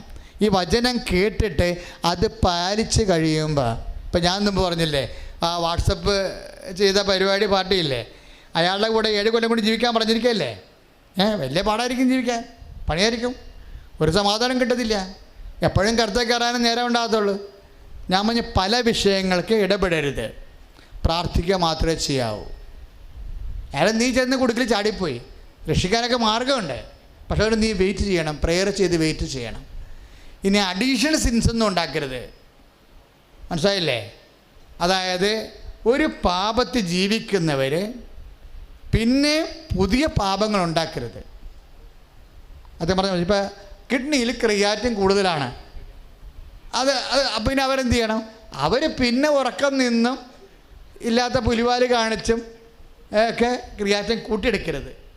ഒരു പാപമുണ്ട്, ഒരു പാപത്തിലാണ് നമ്മൾ ജീവിക്കുന്നത് നമുക്കറിയാം, പിന്നെ നമ്മൾ അവിടുന്ന് അഡീഷണൽ പാപം കയറ്റി വിടരുത്. അവർ മര്യാദക്ക് അത് കോമൺ ഇപ്പോൾ വന്ന് ഇനി പുതിയ കാര്യം വരാതിരിക്കാൻ വേണ്ടി വളരെ ബോധപൂർവം ശ്രദ്ധിക്കണം. ഇത് സ്റ്റാറ്റ്യൂട്ടറി വാണിംഗാണ്. നിങ്ങൾ ശ്രദ്ധിക്കുന്നവൻ ദൈവത്തിന് തോന്നിയാൽ ദൈവം നിങ്ങളെ ശ്രദ്ധിക്കാൻ തുടങ്ങും. നിങ്ങൾ വിശുദ്ധിയോടെ ജീവിക്കാൻ വേണ്ടി ആഗ്രഹിക്കുന്നു, വക്കത്തേക്ക് പിടിക്കണില്ല, പകയുണ്ടാക്കണില്ല, വൈരാഗ്യം ഉണ്ടാക്കുന്നില്ല, പരമാവധി ക്ഷമിച്ചു പോകുന്നു എന്ന് ദൈവത്തിന് തോന്നി, നിങ്ങൾ ഒതുങ്ങുന്നു, ഞെരുങ്ങുന്നു, അതെല്ലാം കർത്താവിൻ്റെ നാമത്തിലാണ്, സമാധാനത്തിന് വേണ്ടിയാണ് എന്നൊക്കെ ദൈവത്തിന് തോന്നിയാൽ, നിങ്ങൾക്കറിയാമല്ലോ, സമാധാന പാലകർ, അനുഗ്രഹീർ ആരാണത്? അവർ ദൈവപുത്രരെന്ന്. ഇപ്പം 5:8 അല്ലേ, മത്തായി 5:8. കുട്ടിപ്പിടുത്തത്തിനൊന്നും പോണില്ല, ചോദിക്കാനും പറയാം, എന്തും ചോദിച്ചിട്ട് കാര്യം, എന്താ ചോദിച്ചിട്ട് കാര്യം എന്ന് പറയത്തില്ലേ? അങ്ങനെ ചോദിപ്പിക്കാനോ നടത്തുമ്പോഴേ കുട്ടിപ്പിടുത്തം ബഹളമൊക്കെ ആവും. കുട്ടിപ്പിടുത്തം ബഹളമൊക്കെ ആകുമ്പോൾ സംഘർഷം ഉണ്ടാകും, അപ്പോൾ സമാധാനം പോകും, അപ്പോൾ എന്ത് ചെയ്യും? പ്രാർത്ഥന പോകും, ദൈവസ്നേഹം പോകും. അധർമ്മം വർത്തിച്ചാൽ എന്ത് പറ്റും? ഇപ്പം ലൂക്ക 21:14 വായിക്കണത്, അധർമ്മം വർദ്ധിക്കുമ്പോൾ സ്നേഹം തണുത്തു പോകും, സംഘർഷം ഉണ്ടായാൽ ദൈവസ്നേഹം തണുത്തു പോകും, അപ്പോൾ പ്രാർത്ഥന മരവിച്ചു പോകും, ആത്മീയ ജീവിതം പോകും. അപ്പം അതുകൊണ്ടാണ് കർത്താവ് പറഞ്ഞത്, കൂടുതൽ മോശമായതൊന്നും സംഭവിക്കാതിരിക്കാൻ മേലിൽ പാപം ചെയ്യരുത്. Price the Lord. അപ്പം കൂടുതൽ മോശമായുണ്ട്. അപ്പോൾ ഏതെങ്കിലും പാപാവസ്ഥയിൽ ചെന്ന് ചാടിപ്പോയ ആൾക്കാർ വളരെ ശ്രദ്ധിക്കണം. നിങ്ങൾ എബവ് ആവറേജ് ലെവലിലാണ് കിഡ്നി അടിച്ച് പോകാൻ നിൽക്കണത്, ഹാർട്ട് അടിച്ച് പോകാൻ നിൽക്കണത്, ഇല്ലേ? ഇപ്പം നിങ്ങൾക്ക് ബ്ലോക്കുണ്ട്, അപ്പോൾ ബ്ലോക്കുള്ള ആൾക്കാരോട് 2-3 ബ്ലോക്കുള്ള ആൾക്കാർ ഡോക്ടർ പറയും മദ്യപിക്കരുത്, ഇനി മദ്യപിച്ചിട്ട് ഇല്ലാത്ത പ്രശ്നം, ഹാർട്ടിന് കൂടുതൽ ഓവർ വെയിറ്റ് കൊടുക്കുക, ഓവർ ഭാരം കൊടുക്കരുതെന്ന് പറയും. ഇതുപോലെ അതെന്തായാലും ശരി, ദൈവതിരുസന്നിധി വരുമ്പോൾ, കർത്താവ് തൊടുമ്പോൾ അജിയോഗ്രാഫിയും അതുപോലെ തന്നെയുള്ള എല്ലാ പരിപാടികളും. ഇപ്പോൾ എത്ര കല്ലുകളാണ് തെറിച്ച് പോയിരിക്കണ കിഡ്നിന്ന്. പാങ്ക്രിയാസ് എന്ന് വരെ കല്ല് പോയില്ലേ? ആദ്യം കാണുന്ന സാക്ഷ്യം കണ്ടില്ലേ? പാങ്ക്രിയാസിൻ്റെ കല്ലാണ്. അതൊക്കെ പാങ്ക്രിയാസിനെ കൊണ്ടേ പോകത്തുള്ളൂ, ഷുഗർ അടിച്ച് മരിക്കും അയാൾ. അതാ ദൈവം തൊട്ടില്ലെങ്കിൽ അങ്ങോട്ട് പോയാൽ അറിയാൻ പറ്റും. ഓപ്പറേഷൻ ചെയ്താലും പാങ്ക്രിയാസിന് ഡാമേജ് ഉണ്ടാവും. പാങ്ക്രിയാസ് ഡാമേജ് വന്നാൽ പിന്നെ ഷുഗർ പേഷ്യൻ്റാണ്, സിവിയർ ഷുഗർ പേഷ്യൻ്റാണ്. പിന്നെ ഇമ്മ്യൂണിറ്റി പോകും, അടിപൊളി, പിന്നെ പണിയാണ്, പിന്നെ മുറിവുകൾ പൊറുക്കത്തില്ല, പല പ്രശ്നങ്ങൾ. എന്തെല്ലാം പ്രശ്നങ്ങളിൽ നിന്നാണ് ആ വ്യക്തിയെ കർത്താവ് ഒരു സെക്കൻഡ് കൊണ്ട് സുഖപ്പെടുത്തിയത്. അപ്പം ശാരീരിക രോഗങ്ങൾ അവിടെ നിൽക്കട്ടെ, പക്ഷേ ഞാൻ സംസാരിച്ചുകൊണ്ടിരിക്കുന്നത് ആത്മാവിൻ്റെ ഒരു ബ്രിമ്മിലാണ് നിൽക്കണമെന്നുണ്ടെങ്കിൽ പുതിയ പാപങ്ങൾ ചെയ്തുകൊണ്ട് നീ ആത്മാവിനെ പ്രതിരോധത്തിലാക്കരുത്. പറഞ്ഞ മനസ്സിലായോ? ഏതെങ്കിലും ഒരു ക്യാപിറ്റൽ സെൻസിലാണ് നീ ജീവിക്കണത്. നീ നിൻ്റെ ജീവിത പങ്കാളി വേറെ ഭാര്യയുള്ള ആളാണ്, വേറെ ഭർത്താവുള്ള ആളാണെന്ന് വിചാരിച്ചോ? അപ്പം അങ്ങനെയുള്ള സമയത്ത് നീ പലരോടും തട്ടുമുട്ടിയിട്ട് ദൈവത്തിൻ്റെ തിരുസന്നിധിയിൽ മൽപ്പിടുത്തം നടത്തിയിട്ട് ആത്മാവിന് പട്ടിത്തിടത്തിന് വില പോലും ഇല്ലാതെ പിശാചായിട്ടാണ് നീ ജീവിക്കണത്. പക്ഷേ അങ്ങനെ ജീവിക്കുമ്പോൾ അതിൻ്റെ സാഹചര്യത്തിൽ നീ വന്നു പെട്ടുപോയ ഒരു ഹതഭാഗ്യമായ ഒരവസ്ഥയാണ്. ആ അവസ്ഥ നമ്മൾ എടുക്കുമ്പോൾ ഇനിയുള്ള കാര്യങ്ങൾ കർത്താവെ ഇങ്ങനെ വന്ന് പെട്ടുപോയി, മേലിൽ പാപം ചെയ്യാതിരിക്കാൻ വേണ്ടി, കൂടുതൽ മോശമായൊന്നും സംഭവിക്കാതിരിക്കാൻ വേണ്ടി മേലിൽ പാപം ചെയ്യരുത് ഈശോ പറയുമ്പോൾ ദൈവവചനത്തോട് ഒരു എക്സിക്യൂഷൻ നടപടി ഉണ്ടാകണം. എന്താണ്? പരമാവധി ദൈവവചനങ്ങൾ പാലിച്ചുകൊണ്ടിരിക്കണം. ഇപ്പം നമ്മൾ ഹൃദയത്തിന് ബ്ലോക്കാണ്, കൊളസ്ട്രോൾ, മോശം കൊളസ്ട്രോൾ കൂടുതലാണെന്ന് പറഞ്ഞു കഴിഞ്ഞാൽ ആൾക്കാർ പറയും നിങ്ങൾ ഒമേഗ-3 കഴിക്കാൻ പറയും. വല്ല ലിവറിൻ്റെ ഓയിലാ, ചൊറകിൻ്റെ ഓയിലാ ഒക്കെ കഴിക്കാൻ പറയും. അല്ലെങ്കിൽ മത്തി അതൊക്കെ കഴിക്കാൻ പറയും. ഹൃദ്രോഗികളൊക്കെ പറഞ്ഞില്ലേ. അതെന്താ, മോശം കൊളസ്ട്രോളിനെ കൗണ്ടർ ചെയ്യാൻ പുതിയ കൊളസ്ട്രോൾ, നല്ല കൊളസ്ട്രോൾ ഉണ്ടാക്കിയെടുക്കണതാണ്. ഇതുപോലെ ആത്മാവിനെ സംബന്ധിച്ചിടത്തോളം നമ്മൾക്ക് ഒരു ബ്രിമ്മിലാണ് നമ്മൾ നിൽക്കുന്നത്, പാപാവസ്ഥയിലാണെന്നെങ്കിൽ നമുക്ക് ചെയ്യാവുന്ന കാര്യം എന്താണെന്നറിയാവോ? നമുക്ക് വചനങ്ങൾ എക്സിക്യൂട്ട് ചെയ്തുകൊണ്ട് ഇതിൻ്റെ ആരോഗ്യം വീണ്ടെടുക്കാൻ പറ്റും. ദൈവവചനം പ്രാബല്യത്തിലാക്കിയ യാക്കോബ് 1:25 എന്താ പറയണമെന്നറിയാവോ? അതായത് കേട്ടത് മറക്കാനല്ല, പ്രാവർത്തികമാക്കാനാണ്. പ്രാവർത്തികമാക്കിയ അനുഗ്രഹം ലഭിക്കുമെന്ന് കൈ അടിച്ച് കർത്താൻ.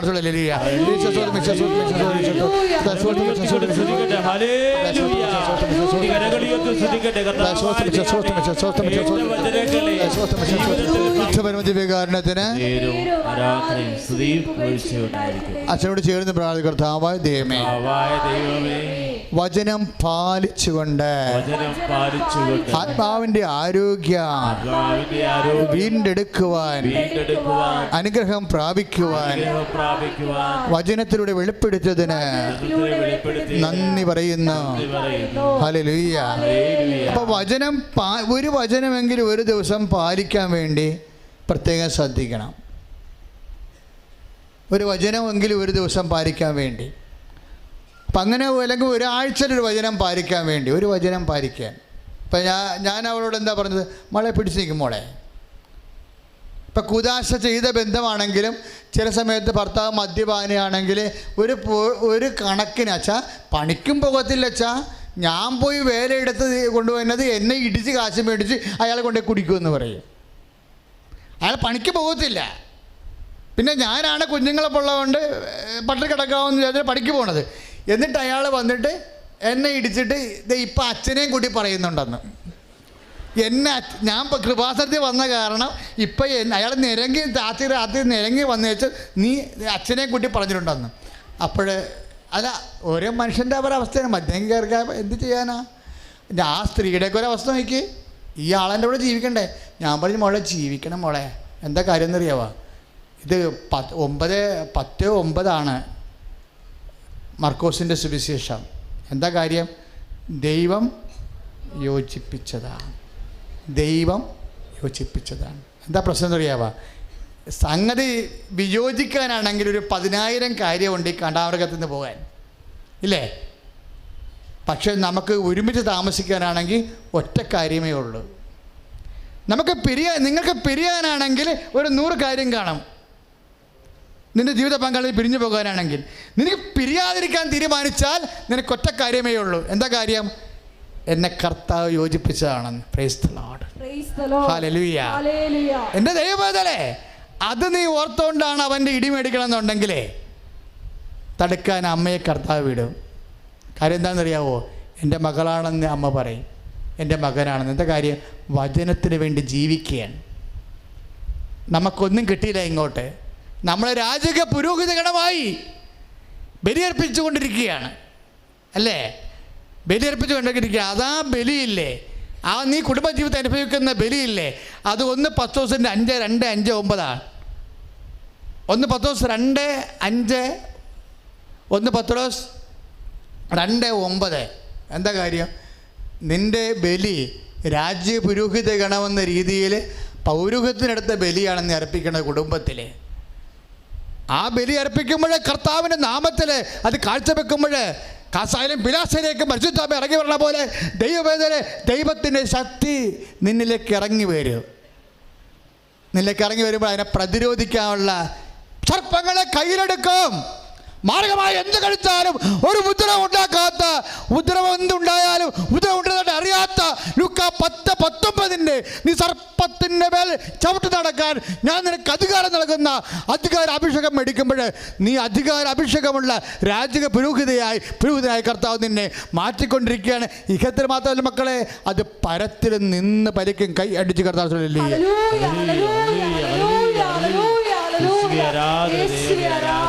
പരിശുദ്ധ പരമതി വികാരണത്തിന് ചില വചനങ്ങൾ പാലിക്കാൻ പാടാണ്. ഇപ്പം നിങ്ങൾ എന്നോട് പറയും, അച്ഛാ ഇടികൊള്ളണം ഞാനാണ്, ജോസപ്പച്ചൻ ഇവിടെ കിടന്ന് ഉറങ്ങുകയുള്ളേ. ഇപ്പം നിങ്ങൾ വിളി വിചാരിക്കുന്നുണ്ടേ, അച്ഛാ ഇതൊക്കെ കാര്യം സംഭവം കേൾക്കാൻ കൊള്ളാം, ഇട്ടിക്കൊള്ളണം ഞാനാണ്. ഇന്നാളോ ഒന്ന് ചോദിച്ചെടുത്ത് പറയണേ, എൻ്റെ അച്ഛാ ചെടുത്തിയല്ലേ ചേച്ചി, എൻ്റെ അച്ഛാ ഒരു രക്ഷയില്ല കേട്ടാ, ഒരു രക്ഷയില്ല. എന്താ കാര്യം? അയാളുടെ വായിക്ക് ഭയങ്കര മണമാണ്. അത് നമ്മൾക്ക് നിങ്ങൾ ചിരിച്ചില്ലേ, ഈ വായിക്ക് മണമുള്ള ആൾക്കാരൊന്ന് ശ്രദ്ധിച്ചേക്കണേ, ജീവിക്കാൻ പറ്റില്ല കൂടെ അവളെ മടുത്ത് നരകം പിടിച്ചൊരു ജീവിത വായ്പയാണ് ഉള്ളത്. അവൾക്ക് അത്രയും സഹിക്കുന്നുണ്ട്. രാത്രിയാകുമ്പോൾ പേടിയാണ്. കാര്യം ശവക്കുടി തുറന്നു വെച്ചിരിക്കണ പോലെയുള്ള അവസ്ഥയല്ലേ. അപ്പം അങ്ങനെയൊക്കെയുള്ള ജീവിത പങ്കാളിയുടെ നീതി കാണിക്കണം കേട്ടോ നിങ്ങൾ.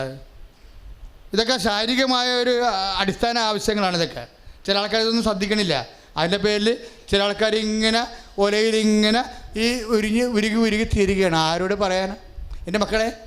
ആരോട് പറയാനാണെന്ന് ചോദിച്ചാലും നിങ്ങൾ എന്തെങ്കിലും പറഞ്ഞാൽ കേൾക്കാൻ ഒരാളുണ്ട്. പിന്നെ ചില കാര്യങ്ങൾ കേൾക്കത്തില്ല. പൊട്ടം കളിക്കോ? ഞാൻ പറയും പൊട്ടം കളിയാണ് കേട്ടോ. എന്താ കാര്യം? ചില കേൾക്കത്തില്ല. ചിലത് പറയും അത് നീ തന്നെ കർത്താവിൻ്റെ നാമത്തിൽ എടുക്കാൻ പറയും. എൻ്റെ നാമത്തിൽ ശിശുവിനെ സ്വീകരിക്കുന്നവൻ എന്നെ സ്വീകരിക്കുന്നു. ആ അനുഗ്രഹമല്ല, യേശുവിനെ തന്നെയാണ്.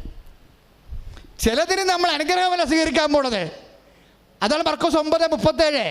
എൻ്റെ നാമത്തിൽ ശിശുവിനെ സ്വീകരിക്കുന്നവൻ എന്നെ സ്വീകരിക്കുന്നു.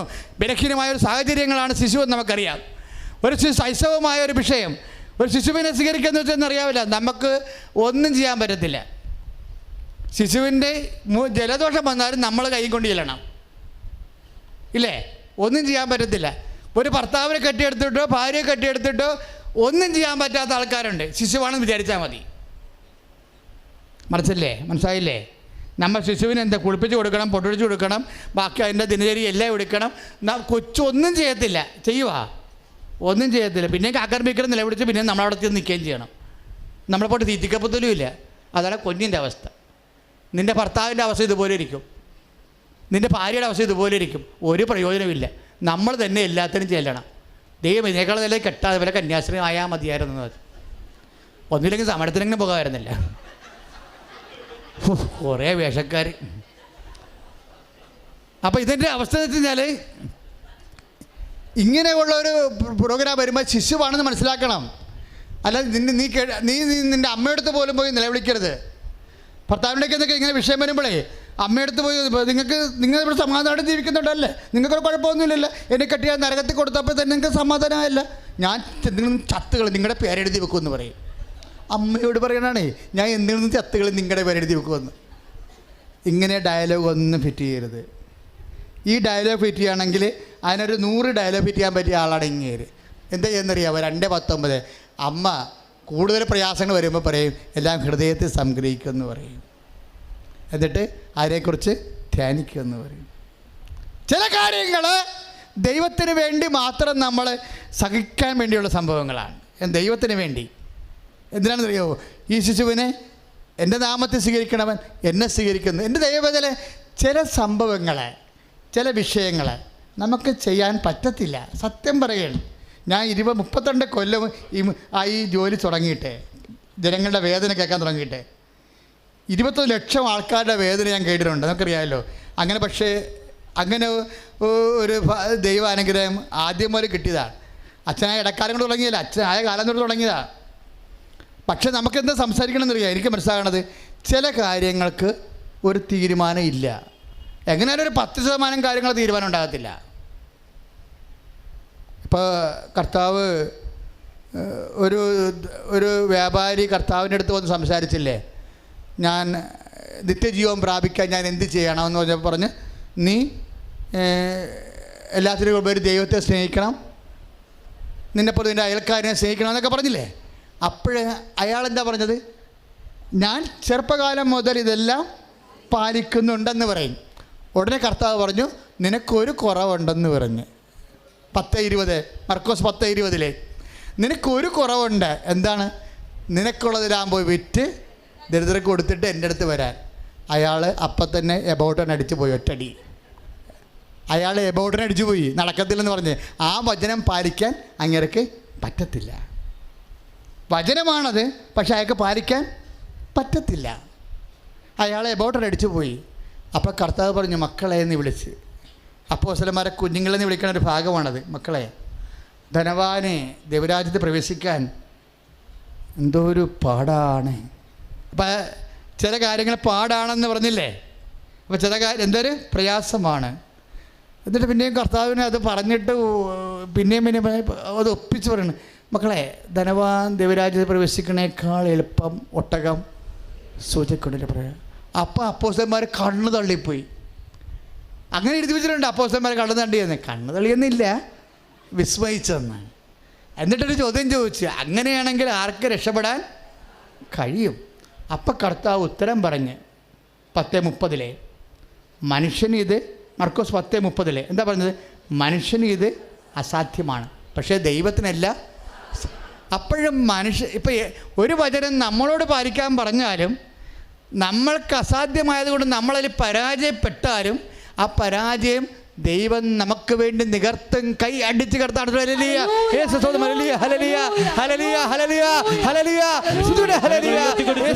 പരിശുദ്ധ പരമദിവ്യകാരുണ്യത്തിന്, പരിശുദ്ധ പരമദിവ്യകാരുണ്യത്തിന്, പരിശുദ്ധ പരമദിവ്യകാരുണ്യത്തിന് സ്തുതിക്കട്ടെ. ഹല്ലേലൂയ.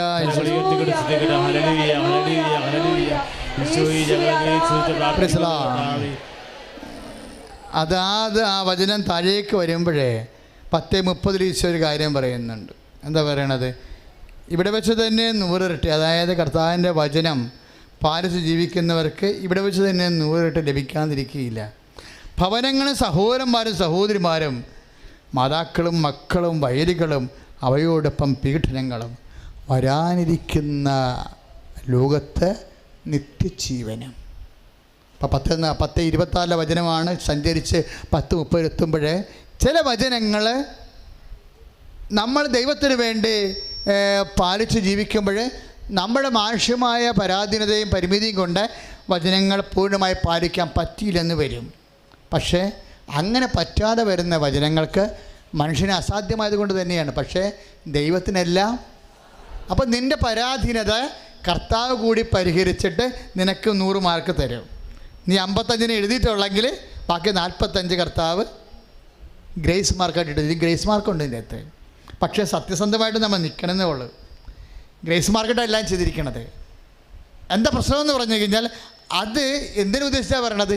നിത്യജീവൻ, വരാനിരിക്കുന്ന ലോകത്ത് നിത്യജീവൻ. മക്കളെ, ചില ജീവിതം കടുകട്ടിയാണ്. ചിലപ്പോൾ നിൻ്റെ അനിയത്തിയുടെ ജീവിതം വളരെ സുന്ദരമായിരിക്കും നിന്നേക്കാളും. പക്ഷെ നീ ആയിരിക്കും ദൈവത്തിൻ്റെ ആളായിട്ട് കുഞ്ഞുനാളും പോലെ ജീവിച്ചിട്ടുള്ളത്. നിൻ്റെ അനിയത്തിയാണെങ്കിൽ വലിയ പ്രാർത്ഥനയും കാര്യങ്ങളൊന്നുമില്ല, ജീവിച്ച ആളാണ്. അവളാണെങ്കിൽ ചില സമയത്ത് സ്പെല്ലിംഗ് മിസ്റ്റേക്ക് കാണിച്ചൊക്കെയാണ് ജീവിച്ചിരിക്കുന്നത്. പക്ഷേ നമ്മൾ ദൈവത്തിൻ്റെ പക്വതയാണ് ജീവിച്ചിരിക്കുന്നത്. അവളെ സംബന്ധിച്ചത് അവളുടെ തീരുമാനം എല്ലാം കറക്റ്റാണ്. ഇപ്പം നമുക്ക് തോന്നും മണ്ടത്തരം, നമ്മളെ ലൈനടിച്ച് കെട്ടിയാൽ മതിയായിരുന്നു. അവളങ്ങനെ ലൈനടിച്ച് കെട്ടിയിരിക്കണാണ്. ആ കെട്ടിയ ആ പാർട്ടി തന്നെ ഒരു പ്രത്യേക പാർട്ടിയാണ്. പക്ഷേ അവരുടെ കാര്യങ്ങളൊക്കെ നടന്നു പോകുന്നുണ്ട്. നമ്മൾ ദൈവമെന്നും പറഞ്ഞ് കർത്താവെന്നും പറഞ്ഞ് ഈശ്വരനെയും വിളിച്ച് ആത്മാവിനെ നഷ്ടപ്പെടുത്താൻ ജീവിച്ചിട്ട് നമുക്കിപ്പോൾ മുമ്പത്തേക്കാൾ ബുദ്ധിമുട്ടാണ് കാര്യങ്ങൾ. അപ്പോൾ അവർ നമ്മളെ കൊഞ്ഞങ്ങാക്കിട്ട് ചിരിക്കും. നിങ്ങൾ വലിയ ദൈവം കളിച്ച് നടന്നിട്ട് എങ്ങനെ ഉണ്ട്, ഞൊട്ടിയില്ലെന്ന് ചോദിക്കും. അതാണ് പ്രശ്നം. ഞൊട്ടും നമ്മൾ ഈ ഭൂമിയിൽ വിശ്വാസി ചിലപ്പോൾ ഞൊട്ടിയെന്ന് വരും, അവിശ്വാസി രക്ഷപ്പെട്ടെന്നും വരും. അതിപ്പോഴെങ്ങോളമല്ല, പണ്ട് വരെ ഉള്ളതാണ്. കാര്യം എന്താണെന്നറിയാമോ? നമ്മൾ ഈ രീതിയിലെ കപ്പയും കഞ്ഞിയും കണ്ടല്ല ജീവിക്കണത്. ഈ ഭൂമിയിലെ കപ്പയും കഞ്ഞിയും കണ്ടല്ല നമ്മൾ ജീവിക്കണത്. നമുക്ക് ഒരാളെ കണ്ട് ജീവിക്കത്തുള്ളൂ. ദൈവിക്കുന്ന ആളാ. അയാൾക്ക് എന്താ പ്രശ്നം എന്നറിയാവാ? അയാൾക്ക് മരണമില്ല. ശ്രുതികടെ ഹല്ലേലൂയ. എൻ്റെ മക്കളെ, അതിൻ്റെ അതൊക്കെ വരുന്ന വിഷയം എന്താണെന്ന് അറിയാമോ? വരാനിരിക്കുന്ന ലോകത്ത് എന്താണ് പറയണത്? നിത്യജീവൻ. എന്തെങ്കിലും വചനം പാലിക്കാൻ പ്രയാസമുണ്ടെങ്കിൽ ദൈവത്തിൻ്റെ വചനം പറയും. പാലിക്കാൻ പ്രയാസമുള്ള ദൈവത്തിൻ്റെ വചനത്തിൻ്റെ ഉള്ളിലെല്ലാം ദൈവം നിത്യജീവൻ വെച്ചിരിക്കുന്നു. പരിശുദ്ധ കുർബാനയെക്കുറിച്ച് സംസാരിച്ചില്ലേ? പരിശുദ്ധ കുർബാനയെക്കുറിച്ച് പറഞ്ഞപ്പോഴേ എന്താണ് അവർ പറഞ്ഞത്? കേട്ടവരെന്താ പറഞ്ഞത്? ഈ വചനം ദുർഗ്രാഹ്യമാണ്, ഗ്രഹിക്കാൻ പറ്റണില്ല. യോഹന്നാൻ 6:60 ഈ വചനം ദുർഗ്രാഹ്യമാണ്. 6:68 ഈ വചനം ദുർഗ്രാഹ്യമാണ്. 6:60 മുതൽ 68 വരെയുള്ള വചനങ്ങൾ. 6:60 പറയണത് ഈ വചനം ഗ്രഹിക്കാൻ പറ്റണില്ല. നിന്റെ ശരീരം ഭക്ഷിച്ചില്ലെങ്കിൽ ഞങ്ങൾ മരിക്കുമെന്നോ? നീ മറിയത്തിൻ്റെ മകനല്ലേ. മാനുഷികമായി കർത്താവിനെ കണ്ടവർക്ക് കർത്താവിൻ്റെ വചനം ഗ്രഹിക്കാൻ കഴിഞ്ഞില്ല. അവരോരോരുത്തരായി പിരിഞ്ഞു പോയി. നീ പിരിഞ്ഞു പോയില്ല. നീ പള്ളിയിലൊക്കെ വരുന്നുണ്ട്, പ്രാർത്ഥിക്കുന്നുണ്ടെങ്കിലും മനസ്സുകൊണ്ട് നീ എന്നോ പിരിഞ്ഞു പോയിരിക്കുന്നു കർത്താവിനെടുക്കുന്നു. പ്രാർത്ഥിക്കാൻ താമസിക്കുന്നത്, പ്രാർത്ഥിക്കുമ്പോൾ ആദ്യത്തെ കുരിശുരക്കുമ്പോൾ തന്നെ നീ ചടഞ്ഞു കിടന്ന് മുട്ട നിൽക്കേണ്ട നീ ചടഞ്ഞു കിടക്കുന്നതും നീ പിരിഞ്ഞു പോയതിൻ്റെ സൂചനയാണ്. പള്ളി വന്നിട്ട് കുർബാന എടുക്കുമ്പോൾ തന്നെ, ഉയർത്തുമ്പോൾ തന്നെ, കുർബാന ഡിസ്ട്രിബ്യൂട്ട് ആകുമ്പോൾ തന്നെ ഇറച്ചിക്കടയിൽ പോണത് പിരിഞ്ഞു കഴിഞ്ഞ് പോയതിൻ്റെ സൂചനയാണ്. ഇങ്ങനെ ഓരോരുത്തർ പിരിഞ്ഞു പോയ ആൾക്കാരെ നമുക്ക് കാണാം. വേറെ എന്തോ കൊണ്ട് തൽക്കാലത്തേക്ക് സമൂഹത്തിൻ്റെ നടപ്പ് കൊണ്ട് മാത്രം നിലനിന്ന് പോകുകയും ആത്മബന്ധം ദൈവത്തിൽ പിരിഞ്ഞു പോവുകയും ചെയ്യുന്ന ആൾക്കാർക്ക് പ്രാർത്ഥനയ്ക്ക് ആത്മാവിന് പനിയായത് കാരണം പ്രാർത്ഥനയ്ക്ക് മടുപ്പ് വരും. എൻ്റെ ദൈവത്തിലെ നിനക്ക് പ്രാർത്ഥനയ്ക്ക് മടുപ്പുണ്ടോ? അതുകൊണ്ടാണ് ലൂക്ക 18:1 പറയണത്, പ്രാർത്ഥിക്കണമെങ്കിൽ പിരിഞ്ഞു പോയവർക്ക് ഇന്നല്ലെങ്കിൽ നാളെ മടുപ്പുണ്ടാകും, അതുകൊണ്ട് മടുപ്പ് കൂടാതെ പ്രാർത്ഥിക്കേണ്ടി വരും. പ്രാർത്ഥനയ്ക്കൊത്തൊരു അപ്പത്തന്നെ കിട്ടുമെന്ന് വിചാരിക്കരുതെന്ന്. ഇപ്പോൾ ഉടമ്പടി ആയതുകൊണ്ടാണല്ലോ അമ്മ ഇടപെടണത്. അമ്മയ്ക്ക് അധികാരമുള്ളത് കൊണ്ടാണ്. പക്ഷേ നമുക്കൊരു മനസാക്ഷി ഉണ്ടാകണം. അമ്മ ഇത്രയും കൃത്യമായിട്ട് പണ്ട് സാക്ഷ്യം പറഞ്ഞ ആൾക്കാരെ പിന്നെ ഇപ്പം ക്ലാസ്സിൽ കാണുന്നില്ലല്ലോ. ഇനിയും വല്ല ഒടുകിന് വേദന വരുമ്പോൾ ഓടി വരണം കാണാം, പഴയ പുസ്തകം പുറകെ ഉടമ്പടി പുസ്തകം പിടിച്ചുകൊണ്ട്. അങ്ങനെ ചെയ്യരുത്. എന്താ പ്രശ്നം എന്ന് വെച്ചാൽ, നമ്മൾ ദൈവത്തോട് സത്യസന്ധമായ വിശ്വാസികളായിട്ടും വചനത്തിന് സാക്ഷ്യം വഹിച്ചുകൊണ്ട് വളരാൻ വേണ്ടി ദൈവം നമുക്ക് നൽകിയ അവസരമാണ്. അത് നമ്മൾ സത്യസന്ധമായ ദൈവവചനെ പോലെയാണ് അത് പ്രയോജനപ്പെടുത്തേണ്ടത്. എല്ലാ വചനങ്ങളും, ചില വചനങ്ങൾ ദുർഗ്രാഹ്യമാണ്. അപ്പോൾ കർത്താവ് പത്രോസിനോട് ചോദിച്ചു, എല്ലാവരും കഠിനമായിട്ട് പോയല്ലോ, വചനം കഠിനമാണെന്ന് പറഞ്ഞ് പോയല്ലോ, ഇതുപോലെ പിന്തിരിഞ്ഞ് പ്രാർത്ഥിക്കാതെ സാക്ഷ്യം വഹിക്കാതെ നിനക്കും പോകണമെന്നുണ്ടോ എന്ന് ചോദിച്ചപ്പോൾ പത്രോസ് എന്താ പറഞ്ഞത്? ഞങ്ങൾ ആരുടെ പക്കലേക്ക് പോകും? പോകാതിരിക്കാൻ കാരണം എന്താണ്? നിത്യജീവൻ്റെ വചനങ്ങൾ നിൻ്റെ പക്കലാണല്ലോ. ദൈവവേദന 6:68 എന്ന് വെച്ചാൽ അർത്ഥം എന്താണ്? ഏതെങ്കിലും വചനം ദുർഗ്രാഹ്യമായാൽ ആ ദുർഗ്രാഹ്യമായ വചനങ്ങൾ നടപ്പിൽ വരുത്താൻ ആഗ്രഹിക്കുമ്പോൾ ആ വചനത്തിൻ്റെ കൂടെ ഭൗതിക അനുഗ്രഹം മാത്രമല്ല, നിത്യജീവൻ വരെ ദൈവം സൂക്ഷിച്ച് വെച്ചിരിക്കുന്നു. ദൈവവേദന ഞാൻ മുമ്പ് പറഞ്ഞില്ലേ, ആത്മാവിൻ്റെ കൊളസ്ട്രോൾ ആണെങ്കിൽ, ബാഡ് കൊളസ്ട്രോൾ ആണെങ്കിൽ ഗുഡ് കൊളസ്ട്രോൾ കയറ്റിയിട്ട് നമുക്ക് അതിൻ്റെ ബോഡിയെ മെയിൻറ്റെയിൻ ചെയ്തെടുക്കാവുന്ന ആത്മാവിനെ. അതെന്ന് പറഞ്ഞാൽ ചില ദുർഗ്രാഹ്യമായ വചനങ്ങൾ പാലിക്കുമ്പോൾ അതിനെല്ലാം നിത്യജീവനുണ്ട്. ഇപ്പോൾ മർക്കോസിൻ്റെ 10:30 ആ വചനം പാലിക്കാൻ പ്രയാസമായപ്പോൾ പറഞ്ഞത് എന്താണ്? വരാനിരിക്കുന്ന കാലത്ത് ഈ അരിഷ്ടതയെ പിടിച്ച പ്രായോഗികമല്ലാത്ത വചനങ്ങൾ പാലിക്കാൻ വേണ്ടി ബോധപ്പെടുമ്പോൾ അതിൻ്റെ ഉള്ളിൽ ദൈവം ജീവൻ വെച്ചിട്ടുണ്ടെന്ന്. ഇപ്പോഴും 6:68 യോഹന്നാന്റെ സുവിശേഷത്തിലും അത് തന്നെയാണല്ലോ പറയണത്. ഏതെങ്കിലും പ്രോജക്റ്റുകൾ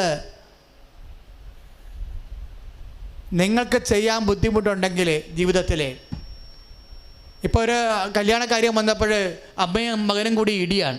എന്താ പ്രശ്നം എന്ന് വെച്ച് കഴിഞ്ഞാൽ, അമ്മയുടെ വീട്ടിൽ അമ്മയുടെ അപ്പനെയും അമ്മനെയും കൊണ്ടുവന്നിട്ടുണ്ട്. അവർക്ക് നോക്കാൻ ആരുമില്ല. അനിയത്തിയുടെ ഭർത്താവ് മരിച്ചു പോയത് കാരണം അനിയത്തി ജോലിക്ക് പോയിരിക്കുകയാണ്. 2 പെമ്മക്കളാണ്. പിന്നെ മൂത്ത ചേച്ചിയുടെ കെട്ടിച്ച വീട്ടിൽ അപ്പനും അമ്മയും അവരുടെ അപ്പനും അമ്മയും ഉണ്ട് ഭർത്താവിൻ്റെ. ഇപ്പം അനിയത്തി ഭർത്താവ് മരിച്ചപ്പോൾ ജീവിക്കണമെങ്കിൽ ജോലിക്ക് പോകണം. അതുകൊണ്ട് അനിയത്തിയുടെ മക്കളെ അപ്പനെ കൊണ്ടുവന്ന് അവരുടെ വീട്ടിൽ നിൽക്കുകയായിരുന്നു. അപ്പനെയും അമ്മനെയും കൊണ്ടുവന്ന് ഇവിടെയാക്കി. എവിടെയാക്കി? ചേർത്തറി വീട്ടിൽ. ഇപ്പം ചേർത്തറി വീട്ടിൽ ആരൊക്കെ ഉണ്ട്? ഭർത്താവിൻ്റെ അപ്പനും അമ്മയും ഉണ്ട്, ഭാര്യയുടെ അപ്പനും അമ്മയും ഉണ്ട്. അപ്പോൾ ചേട്ടത്തിക്കൊരു മകനുണ്ട്. ആ കല്യാണത്തിന് അവൻ്റെ കല്യാണത്തിന് ആൾക്കാരോ ദൈവം ഇതെന്ത് വയസ്സം കൊളഞ്ഞാന്ന് 4 കല്യാണക്കാർ 4 കാലം വീണ് ഓടണേ. അപ്പോൾ ആ കേസ് എനിക്ക് ഇഷ്ടപ്പെട്ട് ഞാൻ പറഞ്ഞു, അതിൻ്റെ പേരിൽ നീ അപ്പനും അമ്മനെയും തള്ളിവിടരുത്. നമ്മൾ ഈ പ്രയാസം നിന്നുകൊണ്ട് തന്നെ നമ്മൾ മകളെ കെട്ടിക്കും, അല്ലെങ്കിൽ നമ്മുടെ മകനെ കെട്ടിക്കും. അവർ കിട്ടാൻ പോണ പെണ്ണിനെ മനുഷ്യന്മാർ തരത്തില്ല, നിന്റെ കർത്താവ് നിനക്ക് തരുമെന്ന്. ശ്രുതികട ഹല്ലേലൂയ. മക്കളെ, ഇതുപോലുള്ള ചില പ്രോജക്റ്റുകൾ, ഇതൊരു പ്രോജക്റ്റാണ്. ആ മകനും മനസ്സിലാക്കണം, ഞങ്ങളുടെ അമ്മ ചെയ്യണ ഒരു പ്രോജക്റ്റാണെന്ന്. എന്താ കാര്യം? ദൈവത്തിന് വേണ്ടി ഒരു വേല ചെയ്യണം. നമ്മളെ ദൈവത്തിന് വേണ്ടി ഒരു വേല ചെയ്യണം. അപ്പോൾ ദൈവത്തിന് വേണ്ടിയാണ് വേല ചെയ്യണമെന്ന് പറയുമ്പോൾ ഈ വചനം പാലിക്കാൻ ബുദ്ധിമുട്ടാണ്. മനസ്സിലായോ? ഭർത്താവിൻ്റെ അപ്പനും അമ്മ ഇവിടെ ഉണ്ട്, ഭാര്യയുടെ അപ്പനെ ഇപ്പോൾ കൊണ്ടുവന്നിരിക്കുന്നു, നമ്മുടെ കല്യാണം നടക്കണില്ല. ഇതൊരു പദ്ധതിയാണ്. ഈ പദ്ധതി ചെയ്യാൻ വേണ്ടി ഇത് കർത്താവിൻ്റെ വചനമാണ് നമ്മൾ പാലിക്കണത്. മാതാപിതാക്കന്മാരെ ബഹുമാനിക്കുക എന്നുള്ള 4-ാം പ്രമാണം നമ്മൾ പാലിക്കണത്. ഈ 4-ാം പ്രമാണം പാലിക്കാൻ വേണ്ടി കർത്താവ് നിനക്ക് അവസരം തരുമ്പോൾ കർത്താവ് ജോസഫ് അച്ഛനോട് പറയുന്നു, ദൈവവേദന ഈ അപ്പനും അമ്മനും നോക്കുന്ന കുടുംബത്തിന് വേണ്ടി ഇത് നോക്കിക്കഴിഞ്ഞാൽ മാത്രം നിത്യജീവൻ അതിനെ ഉറപ്പിച്ച് വെച്ചിരിക്കുകയാണ്. കാര്യം എന്താണ്? കടുകട്ടിയായ വചനങ്ങൾ, പാലിക്കാൻ പ്രയാസമുള്ള വചന സാഹചര്യങ്ങളെല്ലാം ദൈവം നിത്യജീവനെ ഒളിപ്പിച്ച് വെച്ചിരിക്കുന്നു. കൈ അടിച്ച് കർത്താൻ.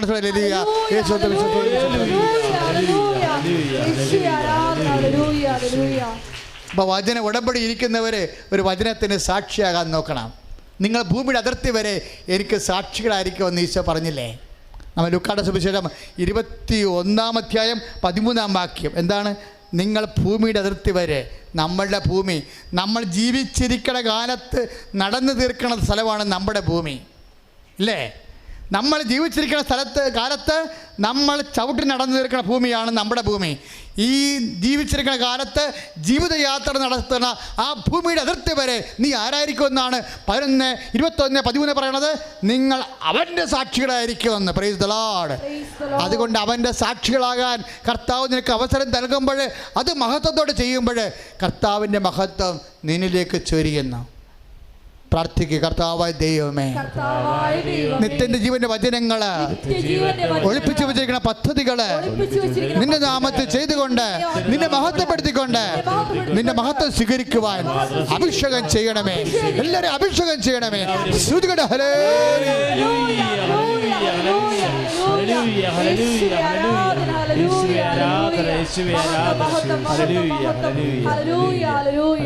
എല്ലാവരും എഴുന്നേൽക്കുക. ശ്രുതികട ഹല്ലേലൂയ. യേശു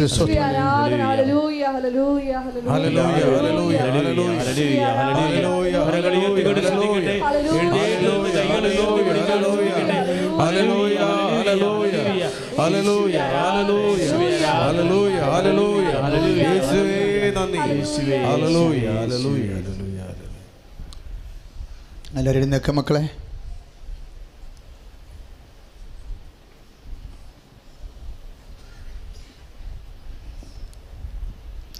കർത്താവ് ജീവിതത്തിൻ്റെ എല്ലാ മണ്ഡലങ്ങളെയും നോക്കി സംസാരിച്ചു. നിങ്ങൾ ഓരോരുത്തരോടും കർത്താവ് വ്യക്തിപരമായി സംസാരിച്ചു.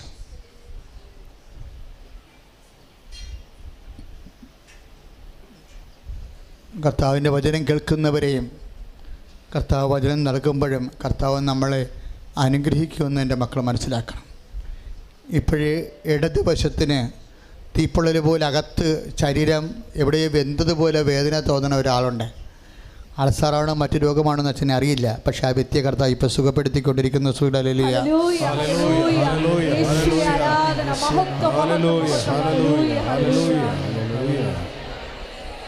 വലത് മൂക്കിന് ഇടത് മൂക്കിന് ഒരു അടഞ്ഞ പോലെയുള്ളൊരവസ്ഥയാണ്. വലത് മൂക്കിന് വലിയ കുഴപ്പമില്ല. ആ മൂക്കിനെ കർത്താവ് ഇപ്പോൾ സുഖപ്പെടുത്തിക്കൊണ്ടിരിക്കുന്ന ആ രോഗത്തെ.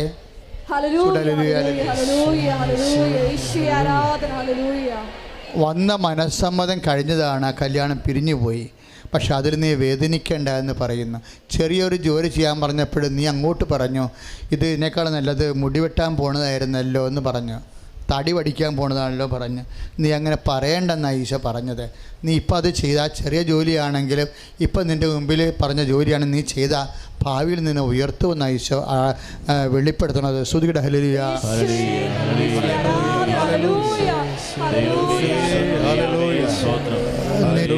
നെറ്റിക്ക് വട്ടം വേദന അനുഭവിക്കുന്ന വ്യക്തിയെ കാണിക്കുന്നുണ്ട്. മൂക്കിന് മുകളിൽ നെറ്റിയുടെ നടുക്ക് വട്ടമിരുന്ന് വേദനിക്കുന്ന വ്യക്തിയെ കർത്താവ് ആ തലവേദന ഗുരുതരമായ കാര്യങ്ങളിൽ നിന്ന് കർത്താവ് സുഖപ്പെടുത്തുന്നു. ഹല്ലേലൂയ.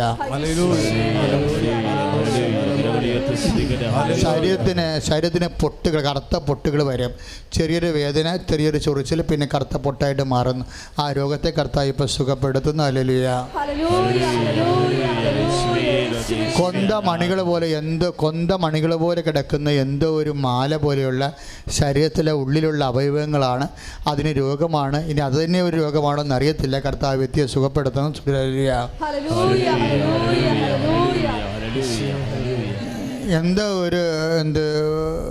പഴയ തരത്തിലുള്ള ഒരു വീടാണ്. ആ വീടിന് എന്തൊക്കെ കേടുപാടുണ്ടാക്കി ഭിത്തികൾക്ക്. അതിൻ്റെ പേരിൽ വഴക്കുണ്ടായി. ആ വഴക്ക് ഏകപക്ഷീയമായിട്ട് പറഞ്ഞു തീർക്കാനും ക്ഷമിച്ചു കളയാനും ഈശോ ആഗ്രഹിക്കുന്നു. അതനുസരിച്ച് ദൈവത്തിൻ്റെ കൃപ നമുക്ക് ലഭിക്കും. അതുപോലെ തന്നെ ഒരു 2 വാരിപ്പറ്റുകളെ കാണിക്കുന്നുണ്ട്. വാരിപ്പറ്റുകൾ, സൂക്ഷിച്ച വാരിപ്പറ്റുകൾ. വാരിപ്പറ്റിൻ്റെ ഇടത് ഭാഗം വണ്ണമുള്ളതും ഉള്ളിലോട്ട് ചെല്ലുമ്പോൾ വണ്ണം കുറഞ്ഞതുമാണ്. അസ്ഥി ദ്രവിക്കുന്ന എന്തോ അസുഖമാണ്. കർത്താവ് പതകിന് അതിൻ്റെ വേദനയുണ്ട്. കർത്താവ് വ്യക്തിയെ സുഖപ്പെടുത്തുന്നു. ഹല്ലേലൂയ. 9 കാണിച്ചിട്ട് കർത്താവ് കിഡ്നി എന്ന് പറയുന്നു. 9 കാണിച്ചിട്ട് കർത്താവ് കിഡ്നിയുടെ രൂപം കാണിച്ചിരുന്നു. 9 കിഡ്നി രോഗികളെ കർത്താവ് ഈ കൂട്ടായ്മ വെച്ച് പൂർണ്ണമായി സുഖപ്പെടുന്നു.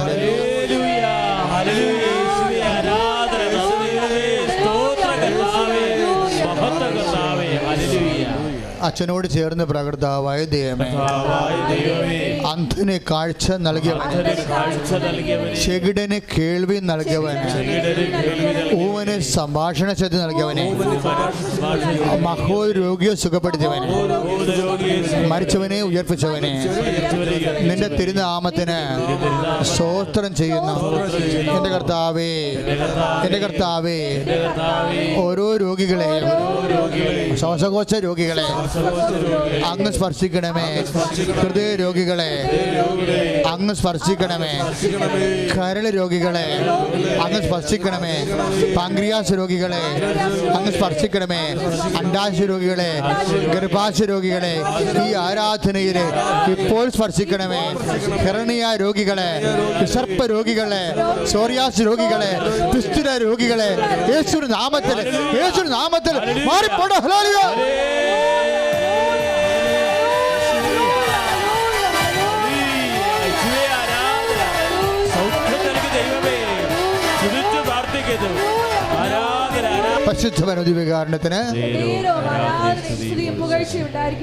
മക്കളെ, വൈവാഹിക തടസ്സങ്ങൾ,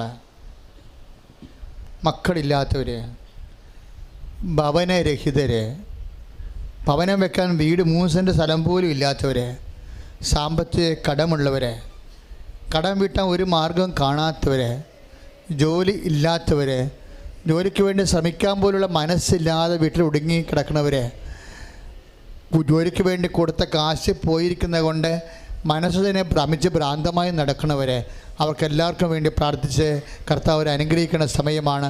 നല്ലവനായി ഒന്നും സാധ്യമില്ലാത്തവനെ, കർത്താവ് ശമിച്ചായി ഒന്നും സാധ്യമില്ലാത്തവനെ, ഈശോ ഈശോ ഈശോ ഈശോ ഈശോ ഈശോ എല്ലാം സാധിക്കുന്ന കർത്താവ്. ജോലി ഇല്ലാത്തവര്, വീടില്ലാത്തവര്, മക്കളില്ലാത്തവർ, വിവാഹ തടസ്സമുള്ളവർ, കർത്താവ് സ്ഥലമില്ലാത്തവർ, സാമ്പത്തിക ബാധ്യതയുള്ളവർ, സാമ്പത്തിക കടം വീട്ടാൻ മാർഗമില്ലാത്തവർ ഈശോ സ്പർശിക്കണമെന്ന് പ്രാർത്ഥിക്കുന്നു. യേശു ക്രിസ്തു ഉന്നതമായ നാമത്തിൽ സഭയുടെ അധികാരത്തിൽ കുരിശിന്റെ അടയാളത്തിൽ ദൈവശക്തിയാൽ അനുഗ്രഹിക്കപ്പെടട്ടെ.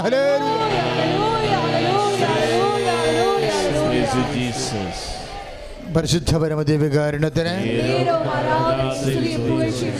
പരിശുദ്ധ പരമദിവ്യകാരുണ്യത്തിന്, പരിശുദ്ധ പരമദിവ്യകാരുണ്യത്തിന്. മക്കളെ, ഉടമ്പടിയിൽ എപ്പോഴും വലിയ വലിയ സാക്ഷ്യങ്ങളാണ് നമ്മൾ കേൾക്കുന്നത്.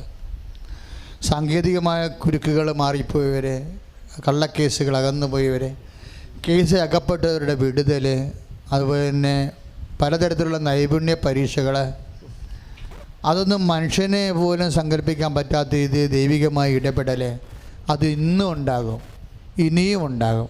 അച്ഛനോട് ചേർന്ന് പ്രാർത്ഥികർത്താവ് ദൈവമേ, IELTS, MOH, ആദ് അത് മുതലായിട്ടുള്ള നൈപുണ്യ പരീക്ഷകൾ, മത്സര പരീക്ഷകൾ അത് എഴുതിയവരെ, എഴുതാൻ പോണവരെ കർത്താവെ പരിശുദ്ധ അമ്മ വഴി ആരാധനയ്ക്ക് അങ്ങേക്ക് സമർപ്പിക്കുന്ന യേശുക്രിസ്തുവിന്റെ ഉന്നതമായ നാമത്തിൽ കടങ്ങളുള്ളവരെ, ജീവിതമാർഗമില്ലാത്തവരെ, വരുമാന മാർഗമില്ലാത്തവരെ കർത്താവിന്റെ നാമത്തില് വഴികള് തെളിഞ്ഞു ലഭിക്കട്ടെ.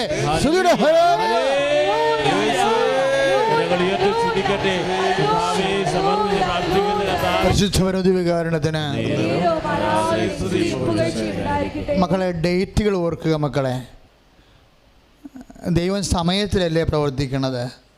നിങ്ങൾ ഡേറ്റുകൾ, നിർണായകമായ ഡേറ്റുകളെല്ലാം ഓർത്ത് സമർപ്പിക്കേണ്ട സമയമാണ്. ചില സമയത്ത് നിങ്ങളുടെ കല്യാണ ഡേറ്റ് ഉണ്ടെങ്കിൽ അത് സമർപ്പിക്കുക. മനസ്സമ്മത ഡേറ്റ് ഉണ്ടെങ്കിൽ അത് സമർപ്പിക്കുക. സ്ഥലം വിൽക്കാൻ വേണ്ടിയുള്ള ഡേറ്റ്, അഡ്വാൻസ് വന്ന ഡേറ്റ്, ഇൻ്റർവ്യൂവിൻ്റെ ഡേറ്റുകൾ, പരീക്ഷയുടെ ഡേറ്റുകളൊക്കെ ഓർക്കുക മക്കളെ. മാതാവ് പ്രത്യക്ഷപ്പെട്ട അനുഗ്രഹത്തിൻ്റെ സന്നിധാനത്തേക്ക് നിന്നെ കൊണ്ടുവന്നിരിക്കുന്നത് നിന്നെ കരയിച്ച് തിരിച്ചുവിടാനല്ല, നിൻ്റെ കണ്ണീരൊപ്പം നിന്നെ ആശ്വസിപ്പിക്കാനാണെന്ന് ബോധ്യം ഉണ്ടാകണം. ശ്രുതിയുടെ ഹല്ലേലൂയ.